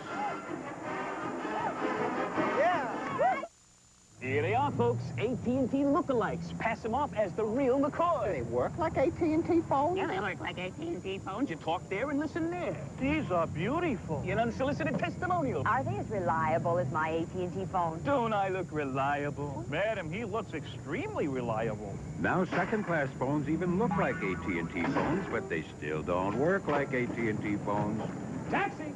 After all, you get what you pay for. AT&T, the right choice. It's empty now, but 6 days a week, these stands are filled with racing fans hoping to pick a couple of winners. Hi, I'm Hugh Gannon for Northeast Lincoln Mercury. It's always easy to pick a winner at Northeast Lincoln Mercury. That's right, Hugh, and right now at Northeast Lincoln Mercury, your winning ticket is the area's best selection of 1987 town cars in stock and ready for immediate delivery from $19,999. Visit Northeast Lincoln Mercury at Tyson Avenue on Roosevelt Boulevard in the Great Northeast. Coming up at the end of the game, we'll select an offensive player of the game. This award is sponsored by our friends at the Bell Pennsylvania Yellow Pages. We wrote the book. There was a penalty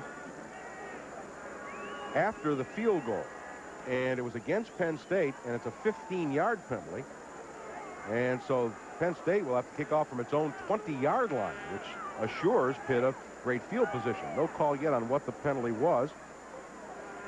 There you see Matt Kisner, who came in to run that series after John Schaefer knocked his hand against a helmet, got an ice bag on it, so it looks like the job belongs to Matt Kisner for the rest of the game. There you see Schaefer sitting on the bench with the ice bag on his hand. Well, Joe said that if Matt got in there, he had a lot of confidence in him, and he looked good in that try there. That was a perfect pass to Dozier. He should have had it for the touchdown. That would have been Kisner's first touchdown pass of the season. Now, Keith Tinsley is set to return the kickoff for Pitt. He's lining up at his own 15-yard line. The penalty against Penn State after the field goal. And he will kick it off.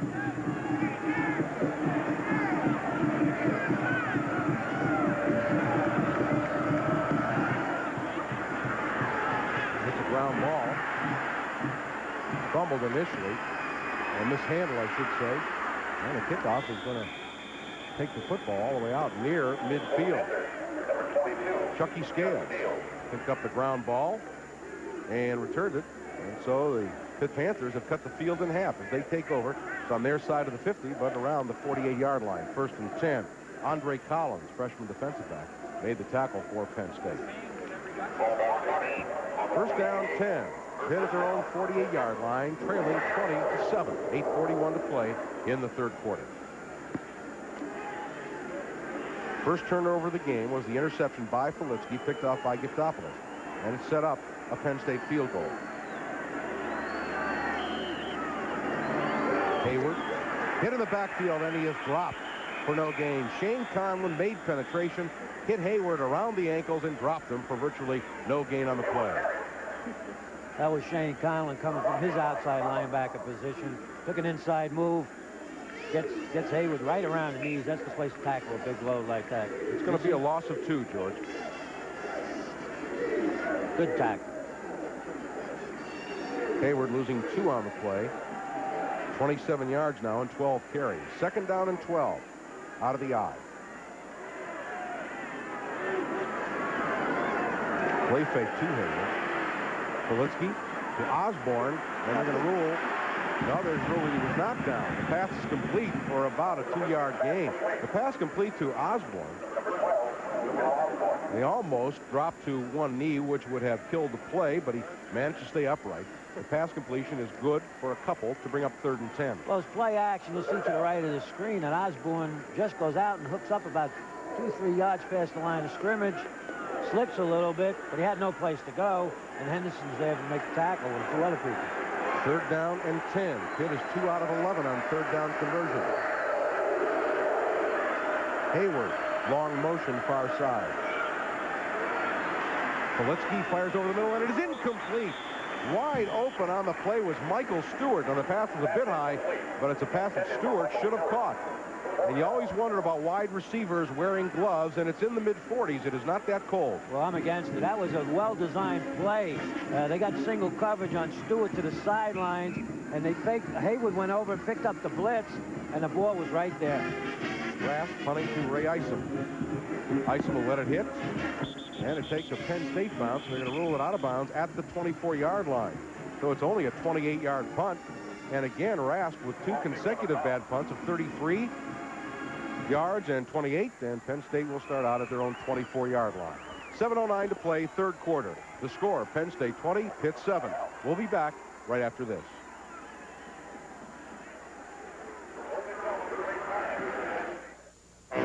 We were on stakeout duty for Bello, Pennsylvania Yellow Pages. Well, why should I advertise in your book when I'm already in the Bello, Pennsylvania Yellow Pages? Well, I mean, how many people are going to use your book? Well, face it, fellas. The genuine Yellow Pages comes from Bello, Pennsylvania. 99% of the public knows it on sight. 85% of them call them business as they find there. You see? What? You can judge a book by its cover.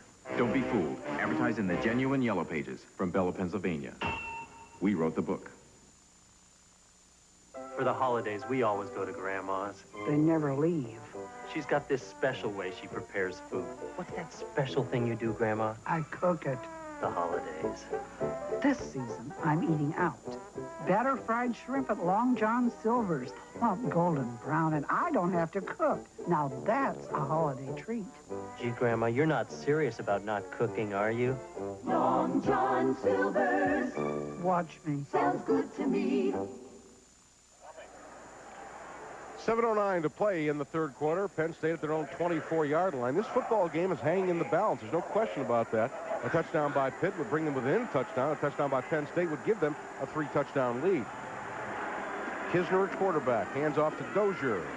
Dozier hit in the backfield, and he'll lose a yard to the 23-yard line. Pitt continuing to get excellent pressure and penetration in the backfield. Tony Siragusa, the sophomore from Kenilworth, New Jersey. He has 7 sacks on the year. He gets the tackle there. No gain for Dozier. Pitt was in an over defense that time. Moved one of the tackles over Penn State center. Come off the block real well. Good pursuit by the whole Pitt defense. Second down, 10. Jerry Hugg. Number 8 comes in at a wide receiver. Kisner 0 for 1 passing. And we've got another whistle. And a flag. It would seem to be another dead ball motion penalty. Someone's moving inside. May have been Chris Conlon, number 57, the offensive tackle. Imperceptible movement. From up here, anyway. It's a 5-yard penalty. Instead of 2nd and 10, it's 2nd and 15. But once he has his hand down, he cannot move, and that might be what be happening. But this is uncharacteristic of Penn State. 2nd down and 15.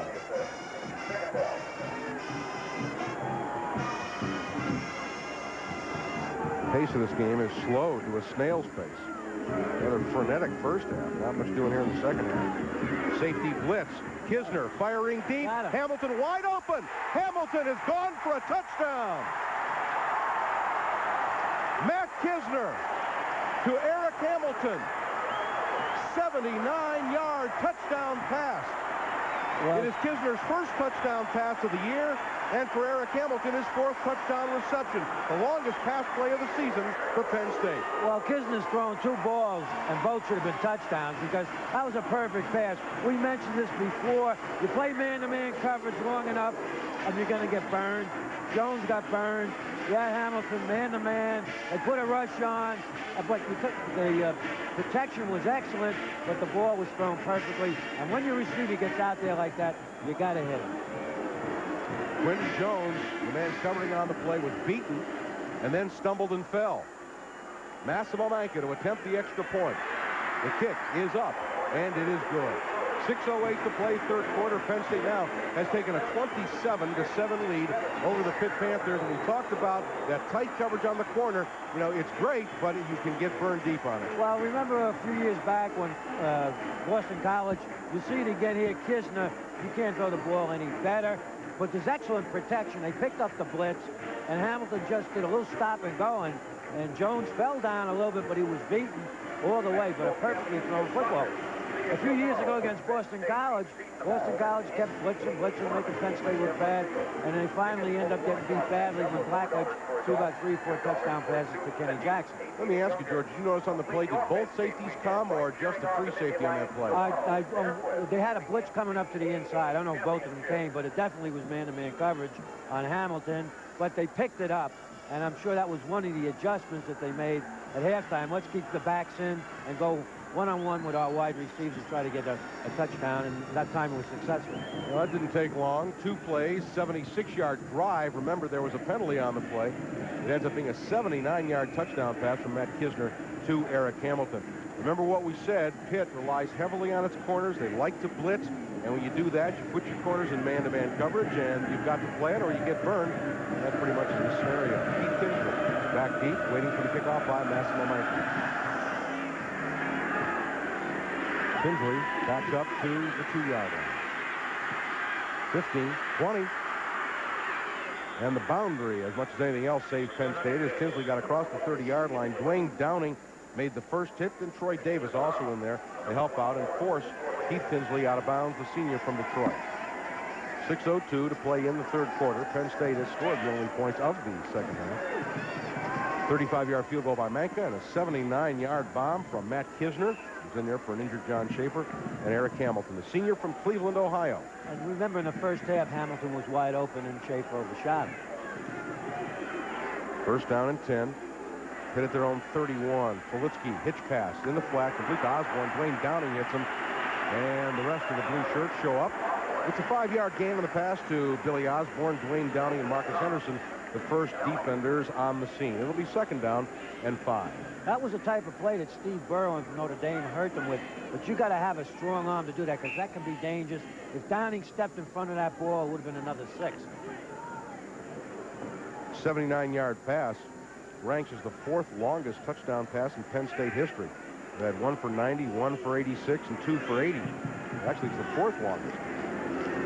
79 yards. Charles Gladden beats Pete Kirkendall, the defensive end. Gladden's still on his feet, loses his footing across the 40 and out near the 42, which should be a Pitt first down. Trey Bauer made the tackle. But once again, Gladwin made several people miss and just shows how much talent he has. He's a fine running back. He's as good a running back as we've seen all year. Gladman, 70 yards, 15 carries. Now, he has had problems fumbling the football this year, which is one of the reasons that he was one of the tenants in Mike Gottfried's doghouse, but not today. Ball to 42. That is a Pitt first down. Under 5 minutes to play, 3rd quarter. Politsky, 11 out of 24, 124 yards, no touchdowns, 1 interception. He has had several drops. Broken play, and Politsky is going to be sacked, if you want to call it that. That was a broken play. Someone missed an assignment. Tim Johnson gets credit for the tackle, but Politsky was looking to hand that off. I think it was supposed to be a draw play or to the fullback, and he mishandled. Let's see it. But Johnson comes. There was no place to go. That was a broken play, and it's a loss for Pitt. It's a loss back to the 38-yard line. It'll be a 2nd down and 14. We've got an official's timeout on the field.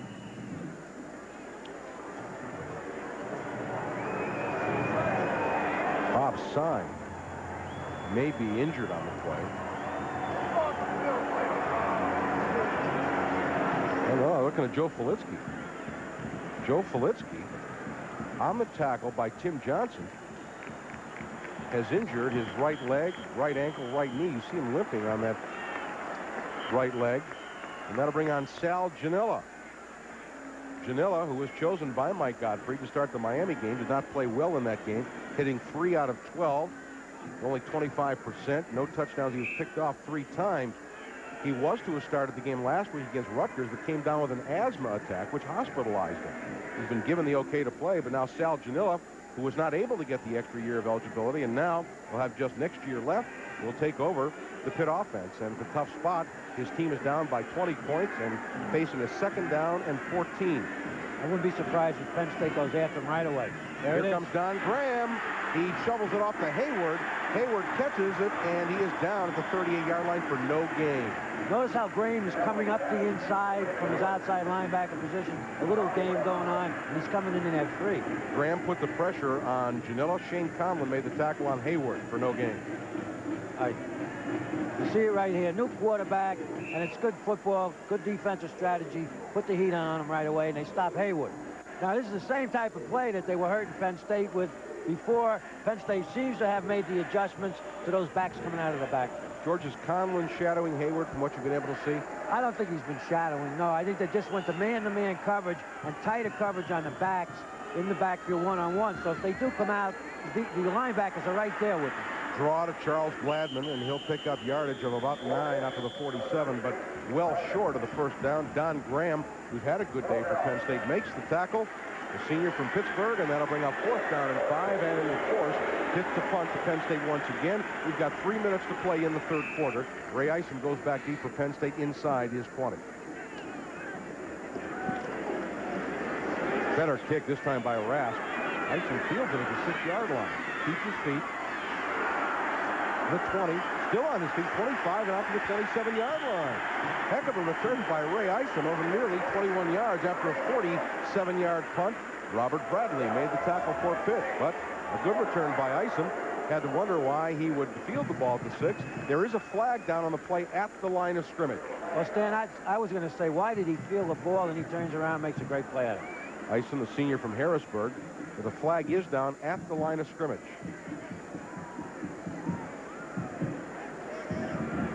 We're going to have a conference call without telephones here. The Pitt defense is on the field, as is the Penn State offense, but it's not a clip or anything like that because the flag is lying at the line of scrimmage, the 48-yard line, the Pitt 48.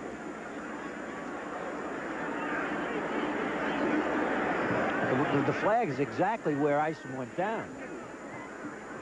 Well, the flag is at the line of scrimmage. If you look back at the 48-yard line, which was the line of scrimmage on the 4th. Oh, you're talking about the preview. Yeah. We may have offsetting penalties. We may be forced to kick it over again. Then again, we may be debating the European common market. Here comes the football back upfield. And the Pitt punt team comes back on the field.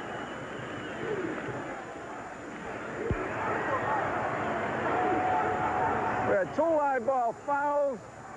We had hold, blue, against the Lions. face mask, white, Pulling the face offset, mask against Pitt. 4th down repeated. All right. No additional explanation needed.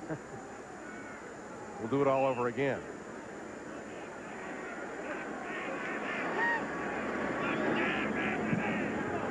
Rasp, this kick is low and it's much shorter. Isom fields at the 12. Gets across the 20, near the 21-yard line. So Pitt will gain about 6 yards in field position on that exchange. Bob Sine made the tackle on the special team, a 41-yard punt and a 9-yard return. 2:35 to play, third quarter. Joe Filitsky, injured previous series. On his afternoon, Filitsky, the junior from Pittsburgh, had hit on 11 of 24, 124 yards. He was limping out of there. Now Penn State will take over, looking to run some time off the clock, although there's still a lot of time left in this football game. Bob Morosco is in at tight end. Countered there, Blair Thomas. Breaks a tackle, 25, Thomas 30, Thomas to the 40. Thomas brought down from behind at the 45-yard line. Billy Owens, the strong safety, and perhaps the last man to have a great shot at him, brought Blair Thomas from behind. What a running back he is. This is an example in acceleration. Sickler, the tackle, leads up. He breaks the tackle, makes a move, then he accelerates. He gets right into high gear. 26-yard gain by Blair Thomas. He now has 33 yards on 2 carries. He is averaging 8.5 per carry for Penn State. And, of course, he had a 91-yard kickoff return. First down, 10. Penn State outside their 45. David Clark into Pitt territory and down to the 41-yard line. David Clark, the senior from Deptford, New Jersey, playing as a fullback today, is brought down by the twin safeties, Billy Owens and Carroll Austin. But David Clark with a nice gain of 13 yards. One of the simplest plays in football. Just a straight handoff to the fullback. Got a 6 center, sealed back off to the inside, picked up the linebacker. Big game for Penn State. At the 42-yard line, first and 10. Minute 55 to play, third quarter. Hamilton in motion with Thomas on a wing left. Clark on the draw, looking for blocking. There isn't much. Good defensive play for Pitt. Tony Woods, Jerry Olszewski, Billy Owens are all in there in the backfield, and Clark will lose yardage. There was another good example. Now they pulled Sickler, and the defensive lineman just got in his back pocket, followed him. He was going to lead Clark around to the short side, and there was no place to go. Interesting, though, George, since that was a trap. If you're an offensive team, don't you want the defense to get penetrated across the line of scrimmage? No, but if the man that pulls, the man that's lined up on him is short sometimes, you just follow him, get right behind him, and if there's any containment on the other side, he'll be in the back pocket and he can pull the ball forward. Kisner's going to be sacked. He took a deep drop, and it is Tony Woods, the All-American from Newark. His second sack of the ball game, his 13th sack of the season, and drops Kisner way back in Penn State territory at the 48-yard line. It'll be third down and about a mile and a half. 45 seconds to play, third quarter. Third down and 20 to be exact. Let's see if Penn State comes with a screen to Thomas is in the ball game. It's a good time for it. Thomas, number 32, David Clark, number 48, on third down and 20. Penn only 2 out of 10 on third down conversion.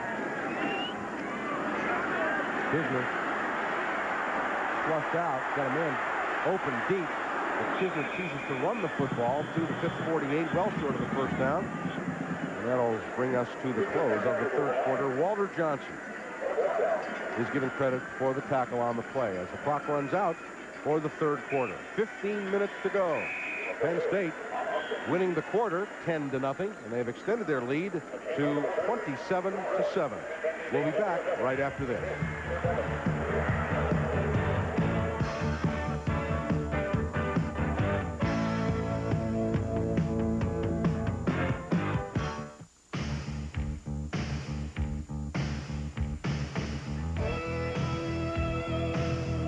The night has a beat of its own, a feel of its own,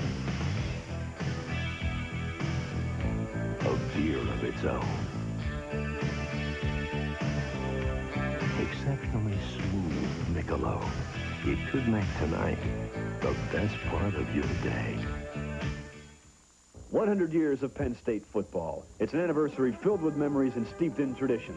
In honor of the Century of Excellence, we're proud to offer this special edition commemorative book. Inside, you'll find articles written by the nation's top sports writers on the early years at Penn State, the Penn State All-Americans, Coach Joe Paterno, and the Penn State winning tradition. Specially priced at $10, it's destined to become a collector's item. To order, call 1-800-531-5314. That's 1-800-531-5314. Visa and MasterCard accepted. We made it! Our first real deal! Now, if we can just make our flight. You're hot, you're hot. Agent, we got red hot cars, red hot cars. We got a red hot crew, we got a red hot crew. We got super value rates, we try harder too. Agent, we're red hot for you. And how good a deal did we get on that car? When you're hot, you're hot. Agent, red hot. Every year, the guys in the NFL get bigger, faster, stronger. But my toughest competition isn't men, it's these machines. That's why Holiday has earned the right to be the official training center of the NFL players. And why I get bigger, faster, and stronger every year. $3.98 a week plus 3 months free has been extended through Wednesday at 10 p.m. Anyplace else, and you're not playing with the pros.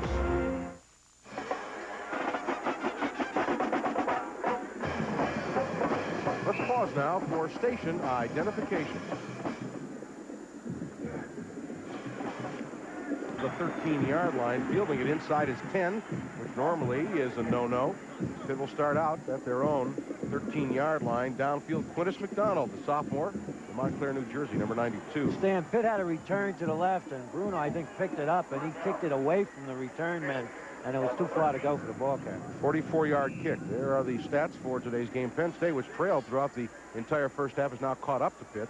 Pitt had 189 yards total offense in the first half. They only had 25 yards total offense in the third quarter.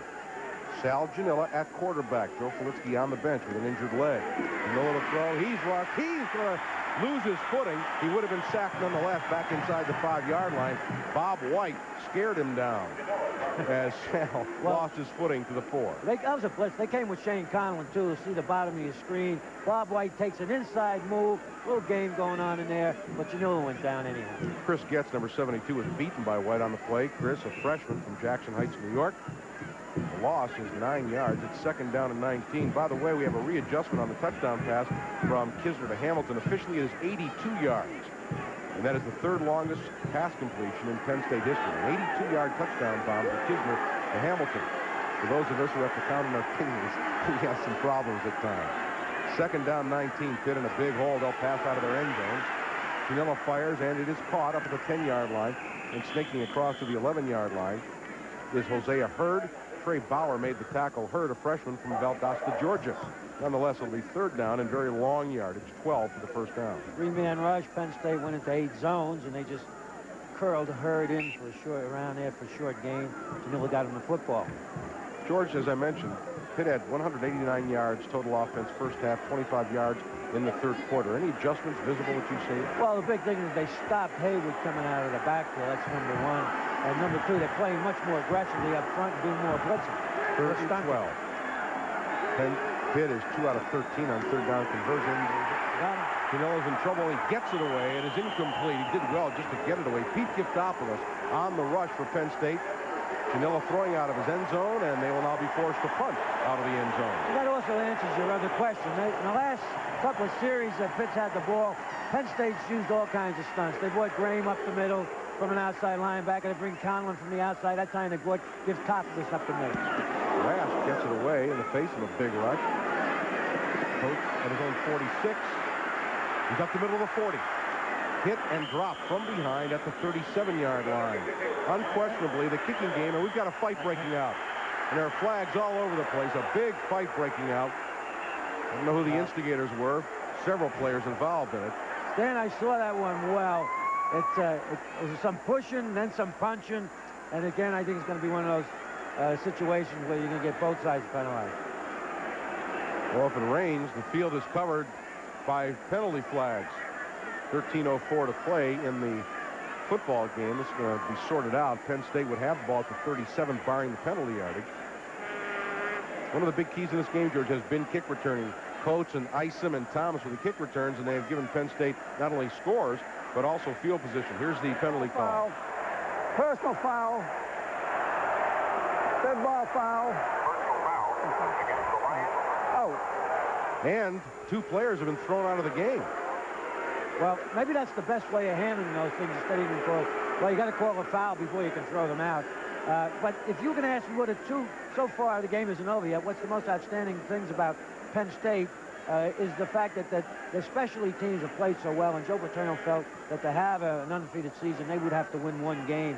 And I think they're probably the mostly instrumental in today's game. And the other thing is Matt Kisner coming in and doing a good job because he'll be their quarterback for next year.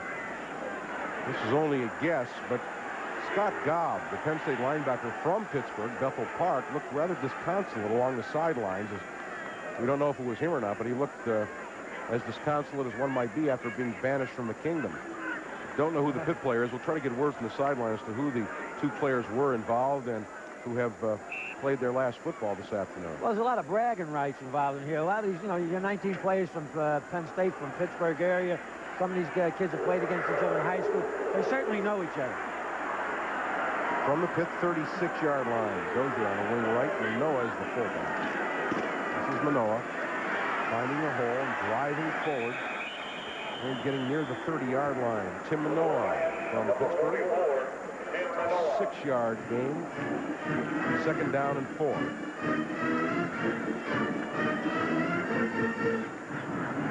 Matt Kisner, who was in a quarterback battle in preseason. The battle was won by John Schaefer. Early on in the year, Joe Paterno alternated quarterbacks, alternated units, actually. But since about the 4th game of the year, it has been all John Schaefer. Kisner getting his chance, Schaefer losing his hand. 2nd down and 4. Manoa again. Manoa still on his feet inside the 25 and down to the 22-yard line. Big Tim Manoa, averaging nearly 6 yards per carry this year, picks up a 1st down. The gain is 8. Manoa now 41 yards on 10 carries. Darrell Woods made the tackle. Now, that's a simple play, but that's a halftime adjustment, too. That's a straight handoff to the fullback with a reverse pivot. And when you get a team that pursues sideline to sideline, as Pitt does, as well as they do, sometimes going straight at them, you're much better off. And you can see right there, a big horse like Manoa get some steam upfield. Rich Cousy in at guard for Penn State. This is Dozier on the counter. Looking to get outside. He does. He's to the 15. Dozier is run out of bounds near 1st down yardage at the 12-yard line. Dozier picking up 9 yards. Zeke Gadsden made the tackle. Great trap block by Conlon, number 57. You see him pulling right there. There's that counter again. Now Dozier turns it on. Tries to get to the sideline and is forced out. Gadsden, number 26, came to Pitt as a running back. But that was the year they had so many running backs. Ryan had Hayward and Gladman. Ryan Davis was on the scene for a year, and so they moved Zeke to a linebacker. Dozier, 9-yard gain. He has 76 yards rushing on the afternoon. It is 2nd and 1. Dozier looking wide, got the 1st down. He's inside the 10 near the 8-yard line. Penn State will have him 1st and goal. And if there is some doubt remaining in this game, surely a touchdown here would ice it for Penn State. Steve Apke made the tackle for the Pitt Panthers. That time Penn State went unbalanced, took their tight end over, put him as a wing back as an extra blocker, and ran a pitch sweep there and goes to make it down. 1st and goal. Football at the 9. Clock running, 11:40 to play in the game. Keith Radisick, the senior from Brentwood High School in Pittsburgh, comes out over the football. Dozier moves to a wing left. Manoa hit at the line of scrimmage and stopped for perhaps a half yard. Jerry Olszewski, the middle linebacker, made the hit on Manoa. No gain on the play. It'll be 2nd down and goal from the 9.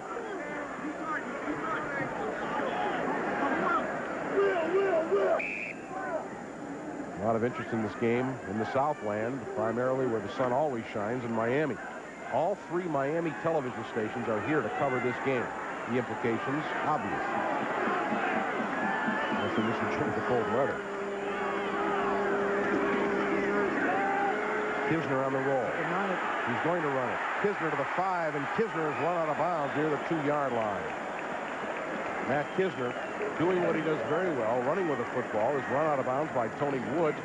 The gain is 7. It'll be 3rd down and goal. They're going to mark him down. They went to 2 tight ends with the flanker to the sidelines with a rollout action. action, slipping the backs in the flat. Pitt dropped off. Kisner got outside to contain and did the wise thing and ran. They do mark him out of bounds at the 2-yard line. It'll be third down and goal.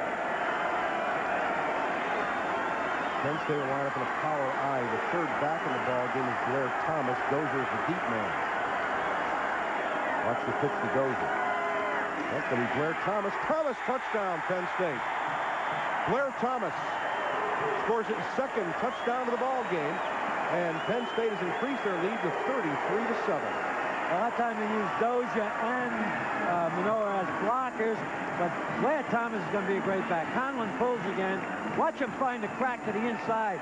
A lot of bodies in there, and he takes it in for the touchdown. Another round, you watch him go. He's not that big, but he can really accelerate and get up in the hole. Right behind his fullback and his big tackle time. Massimolenka to attempt the extra point. And the kick is good.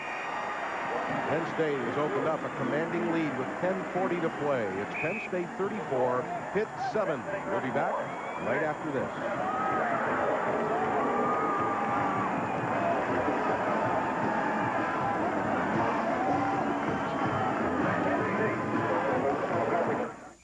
If there's one thing I've tried to teach my linebackers over the years, it's don't get faked out. Hold your ground, keep your head up, use your eyes, then pursue. Same goes for businesses. If you want to reach customers when they're ready to buy, the Genuine Bell of Pennsylvania Yellow Pages is the book you want. If you want your ad to hit with maximum impact, don't be fooled. Advertise in the Genuine Bell of Pennsylvania Yellow Pages. They wrote the book.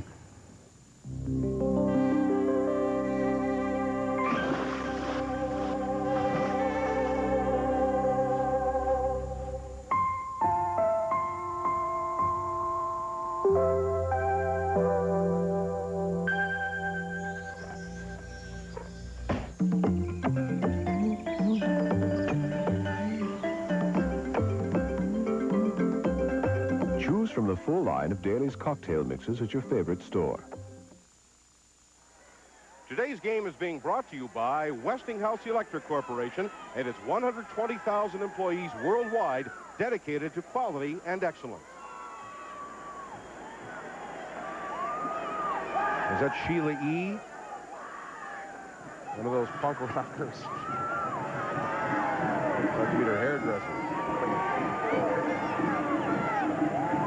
One of the keys in this football game is rushing yardage. Pitt has managed to only rush for 7 yards in the second half. He's been behind and they've been forced to throw the football. Phoenix, Arizona, Tempe, Arizona, to be more exact, awaits Penn State. Manka's kick. Tinsley to the 2. Cuts inside for 20, 25 flags now. At the 20-yard line, Troy Davis makes the tackle on the kickoff team, but again, we have flags. It's getting to be the exception when you see a kickoff return without a flag. It'll go against Pitt. It'll cost them half the distance. Penn State on the touchdown. Moving 36 yards, 7 plays, all on the ground. 2 minutes and 24 seconds on the time of possession. You see the clip right there. That's Tinsley trying to get up into the inside. Penley has the distance to the goal. Pitt really has been saddled with awful field position in the second half. 10:33 to play in the football game. Blair Thomas' second touchdown of the ball game.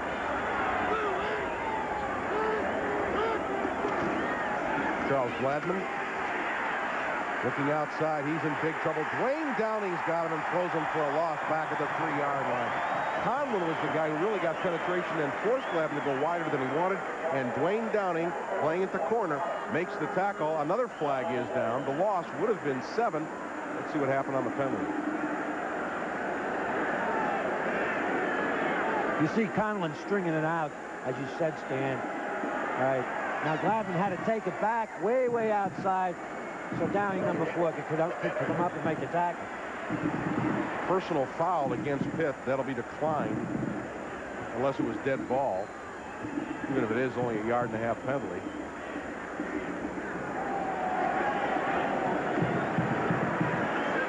Yep, dead ball foul, so it's tacked on to the play and moves it back to the 2-yard line. It's 2nd down and 18. Dead ball. Personal foul. Right, half the distance to the goal. 2nd down. You might see a safety here. Because I got a hunch Penn State's going to come after that. 2nd down and 18. Let's see if Mike Godfrey orders a pass. Or if he tries to give himself a little running room.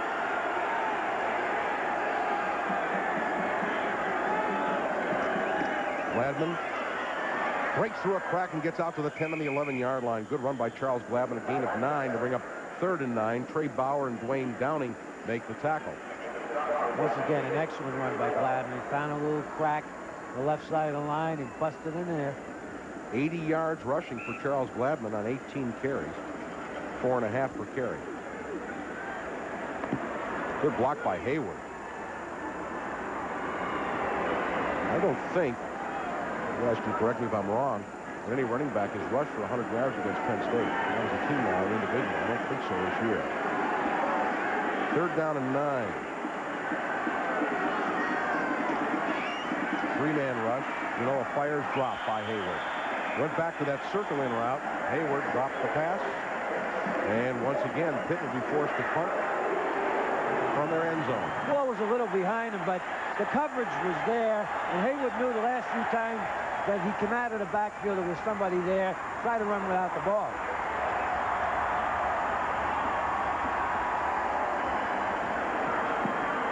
Raft gets it away. It's a poor punt. Hits the 35 and gets a good roll. And the punt will roll out of bounds at the 45-yard line. As it turns out, it's a 34-yard punt with no return. But again, Penn State will take control of the football in Pitt territory. 9:03 to play in the football game. Penn State has the football game well in hand with a lead of 34-7. We'll be back right after this. An investment firm is only as impressive as it is responsive. Good to go. So when interest rates fell, we looked for new ways for our clients to make money and developed unique opportunities like the Prudential Real Estate Investment Trust, a first of its kind in a way to take advantage of changing markets. While others may imitate it, we're busy surpassing it. If anyone can show you bold new thinking in the business of making money, let's close it. It's Prudential Beige, rock solid, market wise. 7 a.m. Time to put on the game face. Then step into the power suit. It's called gearing up in America. He's got American written all over him, right down to his clothes. The American look. Get it at Anderson Little. Men's Shepherd and Strathmore suits. Now $149 to $179 at Anderson Little. You see the time remaining in this 86th meeting between Pitt and Penn State. Last year, Penn State a 31-0 winner. Margin nearly that now. Alan Horniak, a senior, number 27, comes into the ball game as a running back. This is David Clark. He gets down to the 41-yard line for a gain of 4. Clark averaging better than 4 yards per carry. Tony Woods made the tackle. The roar you are hearing is merely for the wave. Well, we haven't seen the crowd get this much into it all year long here at Penn State. 2nd down and 6.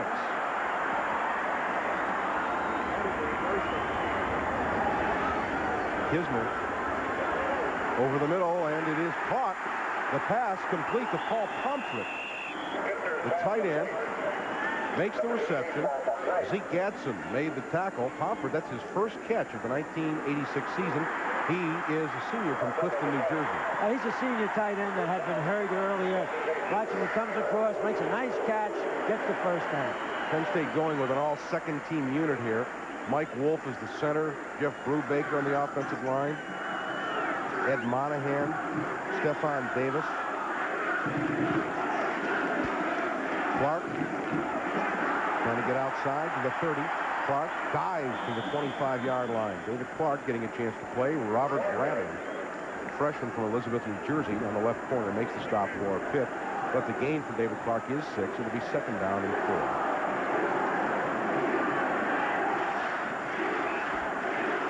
As Stephon Davis and Pomfret both do a good job. Clark takes it to the outside, shows some more speed than I thought he really had. Troy Cromwell comes in as a wide receiver. Sid Lewis in as a wide receiver, a senior. Counter to Blair Thomas. Not much running this time, and Blair is stopped for a yard gain to the 24-yard line, where it'll be third down and 3. Clock running, 7:15 to play in the football game. This will be Joe Paterno's 198th career victory. And it looks like his 6th undefeated season. Somebody asked me 6 or 7. I think it's 6. It'll be his 6th. Third down and 3. Blitz. Kisner fires. Intercepted. Troy Washington. Washington is gone. Washington to the 30. Washington to the 20, 10, 5. Touchdown, Pitt. Troy Washington, the sophomore from Duquesne. The return, 82 yards for a Panther touchdown. Well, Matt Kisner forced the ball. It's the first mistake he's made since he came in as a substitute for the injured John Schaefer. He was actually just throwing for the first down. He was looking for an outlet man over the middle, and Troy Washington was sitting right there. Picks it up, got excellent speed, took it to the outside, picks up some blockers, became a foot race, and Pitt has got his 2nd touchdown. That is the 5th interception that the Panthers have returned for a touchdown this season. Jeff Van Horn on to attempt the extra point.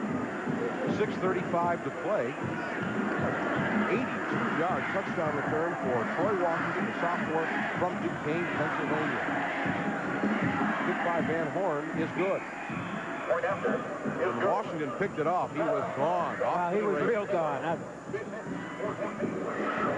6:35 to play in the football game. Penn State over Pitt, 34-14. We'll be back right after this.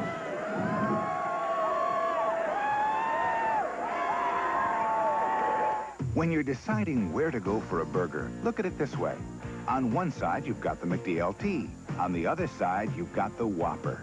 So it's just a matter of choosing between frying at McDonald's and flame broiling at Burger King. Between a burger they'd rather serve their way and a burger fixed your way. So when it comes down to this, it's as easy as this. This is a Burger King town. We know how burgers should be.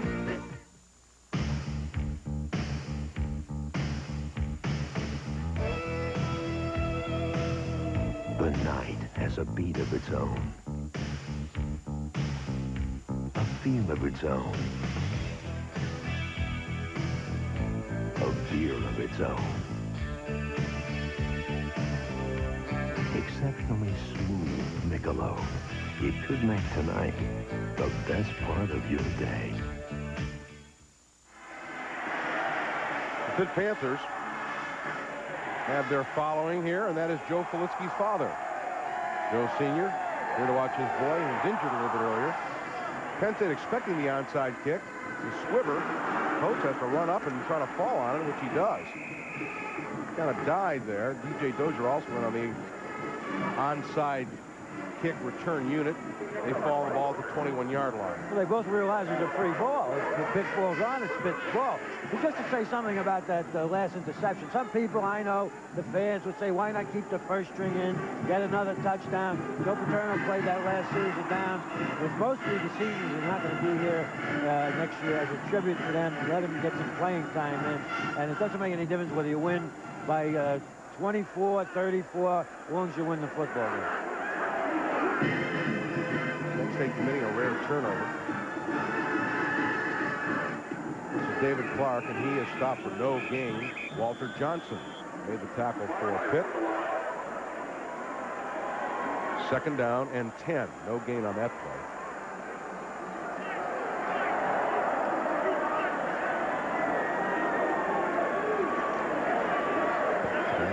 many philosophies, and head coach Joe Paterno about to go 11-0.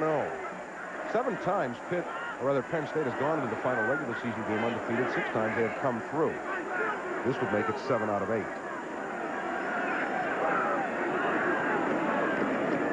There, Thomas breaks outside to the 25, and it's a good stick by Troy Washington. Otherwise, Thomas would have gotten to the outside. The gain is out to the 26-yard line. Billy Owens finally gets the tackle, a gain of 5 to bring up 3rd down and 5 for the sophomore from Philadelphia. You know, Stan, Joe Paterno knows and knew that Blair Thomas had a lot of talent and he was somebody to look at for the future. But I don't think even he expected Thomas to develop so soon, you know, this early in his career as a sophomore. 3rd down and 5. Clock running, 5:15 to play in the football game.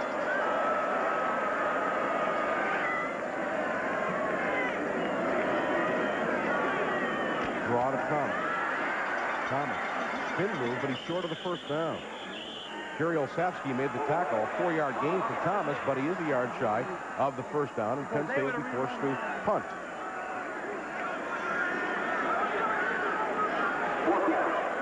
John Bruno, a senior, will kick it away. Just about his average. His average is 40.7 on the year.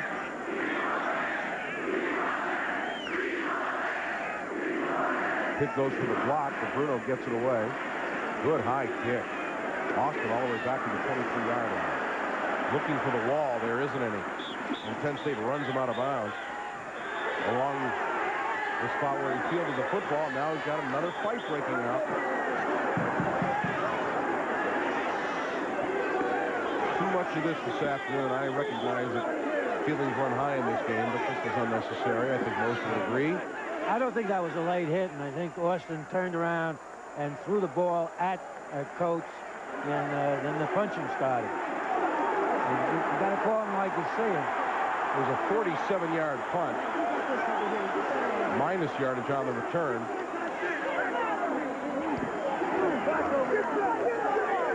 Paterno runs across the field to help play referee. Well, now the Burbick-Tyson fight is until 10:30 tonight. This is a preliminary bout here on the undercard. Well, you don't want to see that because it takes away from the game. You know, you like to see a hard-hitting football game and you know, not go beyond that and have kids let their emotions get carried away. You don't want to see, you know, sometimes you win, sometimes you lose. Pitt has had their day where they really dumped Penn State hard on several occasions over the years. Let's see if we take a look at it here. Now, I don't think that was a late hit. And I think you see, yeah, now Austin will get up and throw the ball at Chismar, Brian Chismar. Chismar hits him back. And we're off to the races.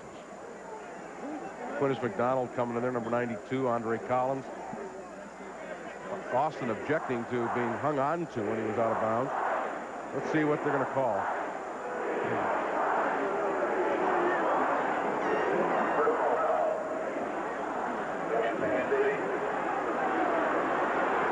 It looks like Penn State's going to get hit with the penalty on the play. Well, that often happens. But you saw Austin throw the ball at Chismar.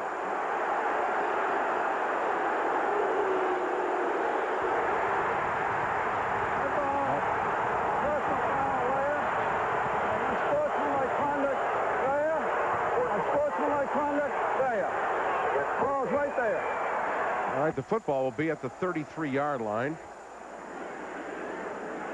All this does is enable us to get another commercial break at the end of the game. It will start out at its 33-yard line. 4 minutes, 26 seconds to play in the football game. It's 34-14. Penn State leads it by 20.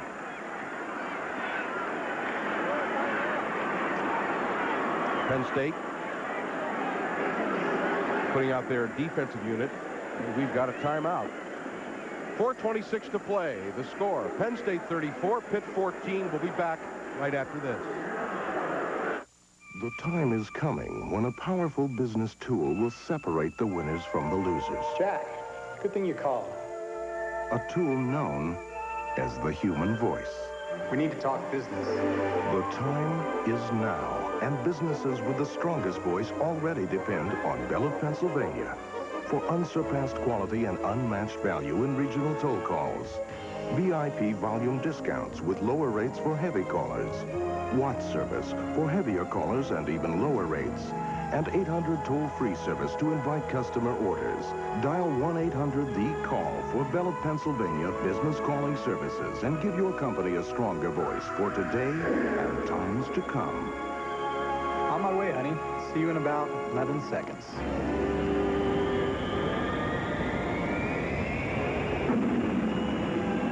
Bell of Pennsylvania. It pays to call on someone you know.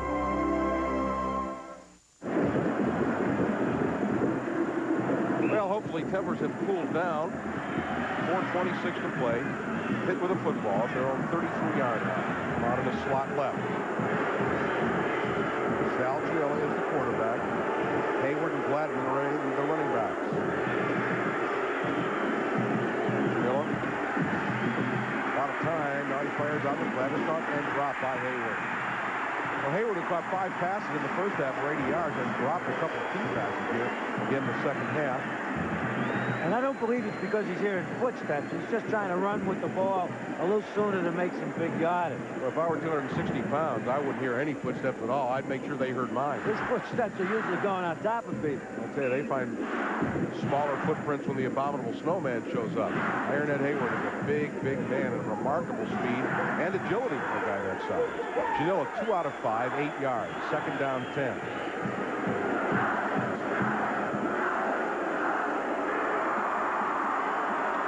Showing blitz, movement on the line of scrimmage.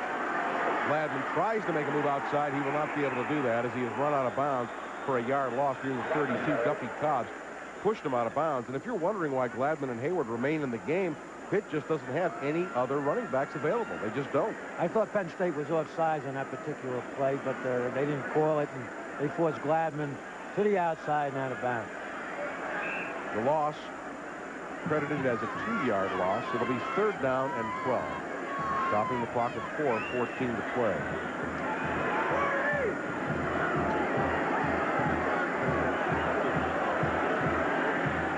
Blitz. Janilla, he's going to be sacked back at the 25-yard line. Matt Johnson records the sack. Johnson's first of the year. He's in there for the injured Mike Russo. Penn State now 3 sacks in the ball game, and that'll bring a 4th down and long yardage. You'll see the blitz coming up from the inside. You got Bobby White, then you got Matt Johnson coming from his nose guard position. Took a side, beat his man, made the sack. This football game was 17-7 at the half. We have exactly doubled that total at 34-14. 3:35 to play in the football game. We've got a timeout with the score. Penn State 34, Pitt 14. We'll be back right after this.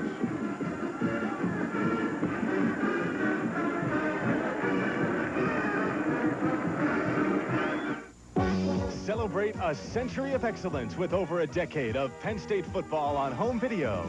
TCS presents great moments in Penn State football. Narrated by Coach Joe Paterno and former Nittany Lion Miami Dolphin Jimmy Cefalo. Volume 1 includes the years 1975 through 1978. Volume 2, 1979 through 1981. Volume 3, 1982 through 1984. Each volume is $34.95, or you can buy the complete set for $100. TCS also presents Penn State football 1985 year in review for only $39.95. And now you can relive all those great moments by collecting the entire 3-volume set plus 1985 year in review for just $135. To order, send a check or money order to TCS, P.O. Box 11300, Pittsburgh, PA 15238, or call 1-800-531-5314. MasterCard and Visa accepted. Add $2 per tape for shipping and handling. Pennsylvania residents add 6% sales tax. Please specify Beta or VHS.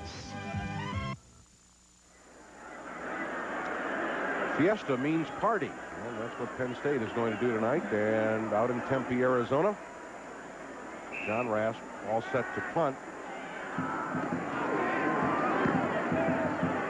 Takes it away. Punt taken at the 31-yard line by Coates. He gets out to the 41-yard line. Jim Coates, the junior from Niles, Ohio. It's a 45-yard punt with 10-yard return. And with 3:23 to play in the game, Penn State will take over. During our timeout, Shane Conlon came off the field. There was standing ovation playing his last game before the fans at Beaver Stadium, with apologies to a partner in preseason, Jack Cam and Greg Buttle and Denny Oncotts and Lance Mell and all those guys. Some feel Conlon's the best Penn State linebacker ever. I suppose it depends on your point of view. He's been a great one here at Penn State. Lance Lonergan is in the quarterback, 13 quarterback, and this is Sean Borowski, freshman fullback. And Borowski, from the 39, gets out near the 43 for a gain of 4 yards. Steve Apke makes the tackle for Pitt. Well, Joe Paterno said of Shane Conlon, he didn't say he was the best. He said, but he's certainly in the class with the best. And the names that you mentioned were pretty good linebackers. 2nd down and 6, under 3 minutes to play in the football game. Penn State hoping to eat up the clock. Lonergan played some defense in spring ball, but switched back to quarterback in the fall. Handoff inside to Manoa, who's out to the 47-yard line. Gadsden makes the tackle. Manoa's in the ball game because Steve Smith is hurt. DJ Dozier's in the ball game also. And I think the reason why they want to give some of the seniors a chance to walk off. There goes Brian Seiberling, and here come Dozier and Manoa playing their last game at Penn State before the home crowd. And that's the reason they were in the game. And they were entitled to that ovation, and that's the way to do it. Clock running down, 2:10 to play. Troy Cromwell in motion, far side. Borowski driving forward, short of the first down. He's out to the 49-yard line. He had to get to near the 50. He's going to be short. It'll be 4th down and about a foot for the first down. I'll never forget, late in the kickoff classic in 1983 against Nebraska, when the game was obviously lost, DJ Dozier and Tim Manoa teamed up for the first time as the Penn State backfield. Well, and remember the name Sean Borowski, because you'll hear about him in the future. And this is the way Joe Paterno's been able to keep the continuity of his, I wouldn't call it a dynasty, but of an excellent program going. 4th down and a foot. Clock running under a minute and a half to play. Penn State will win its 22nd consecutive regular season game. They let the punt hit, and it will roll into the end zone. It's a 51-yard punt for John Bruno, and Pitt will take over on the touchback at their own 20-yard line with 1:12 to play in the football game. Pitt will end the season at 5-5-1, the same record they ended up with last year, but I don't think there's any doubt that some of the problems experienced by the Pitt Panthers have been eradicated and corrected by Mike Gottfried. The program is on the upswing despite the same record. And Pitt was basically a young team. Did come back strong in 1987, Mike Gottfried's second year as the head coach.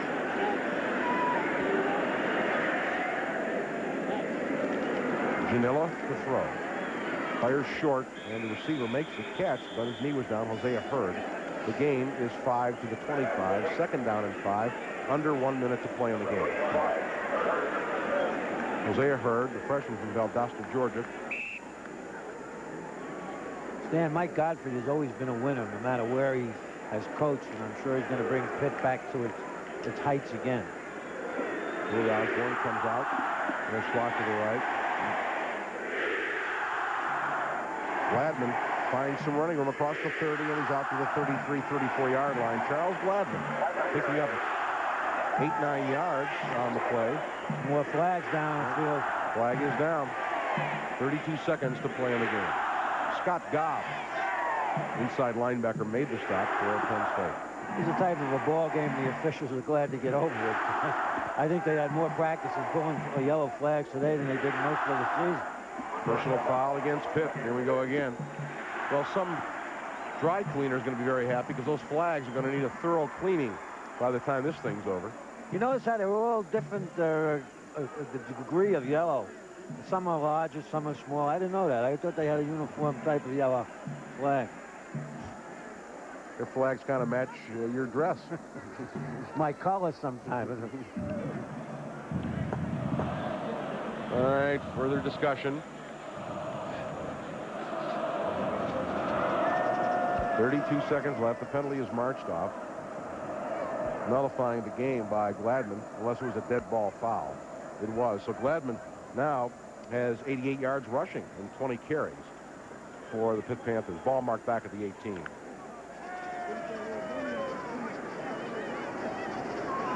So Gladman gets the first down. The penalty on a dead ball is marked after the first down. It is 1st and 25 with 25 seconds to play in the football game. Is Gladman close to 100 yards rushing? 88.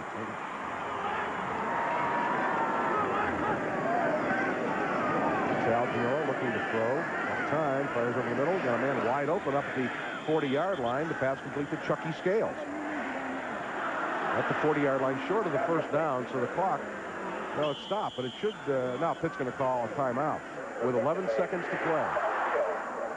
They'll be facing a 2nd down and 4. Chucky Scales started his career at Pitt as a tailback, moved to wide receiver. He's from Pittsburgh, went to Shady Side Academy. That is his 20th catch of the season.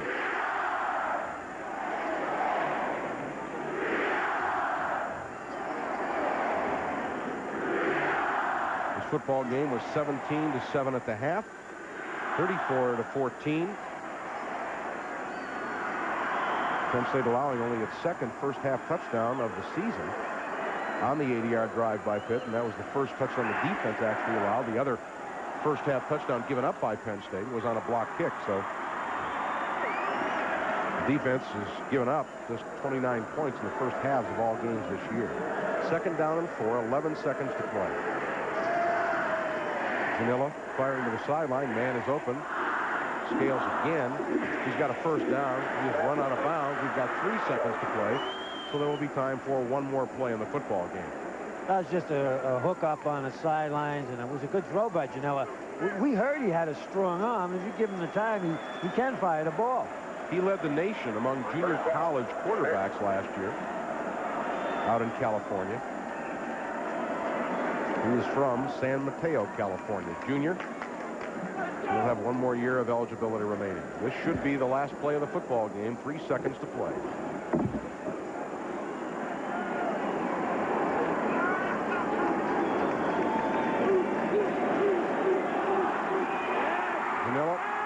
Firing deep. This will be overthrown and out of bounds, and that will end the football game.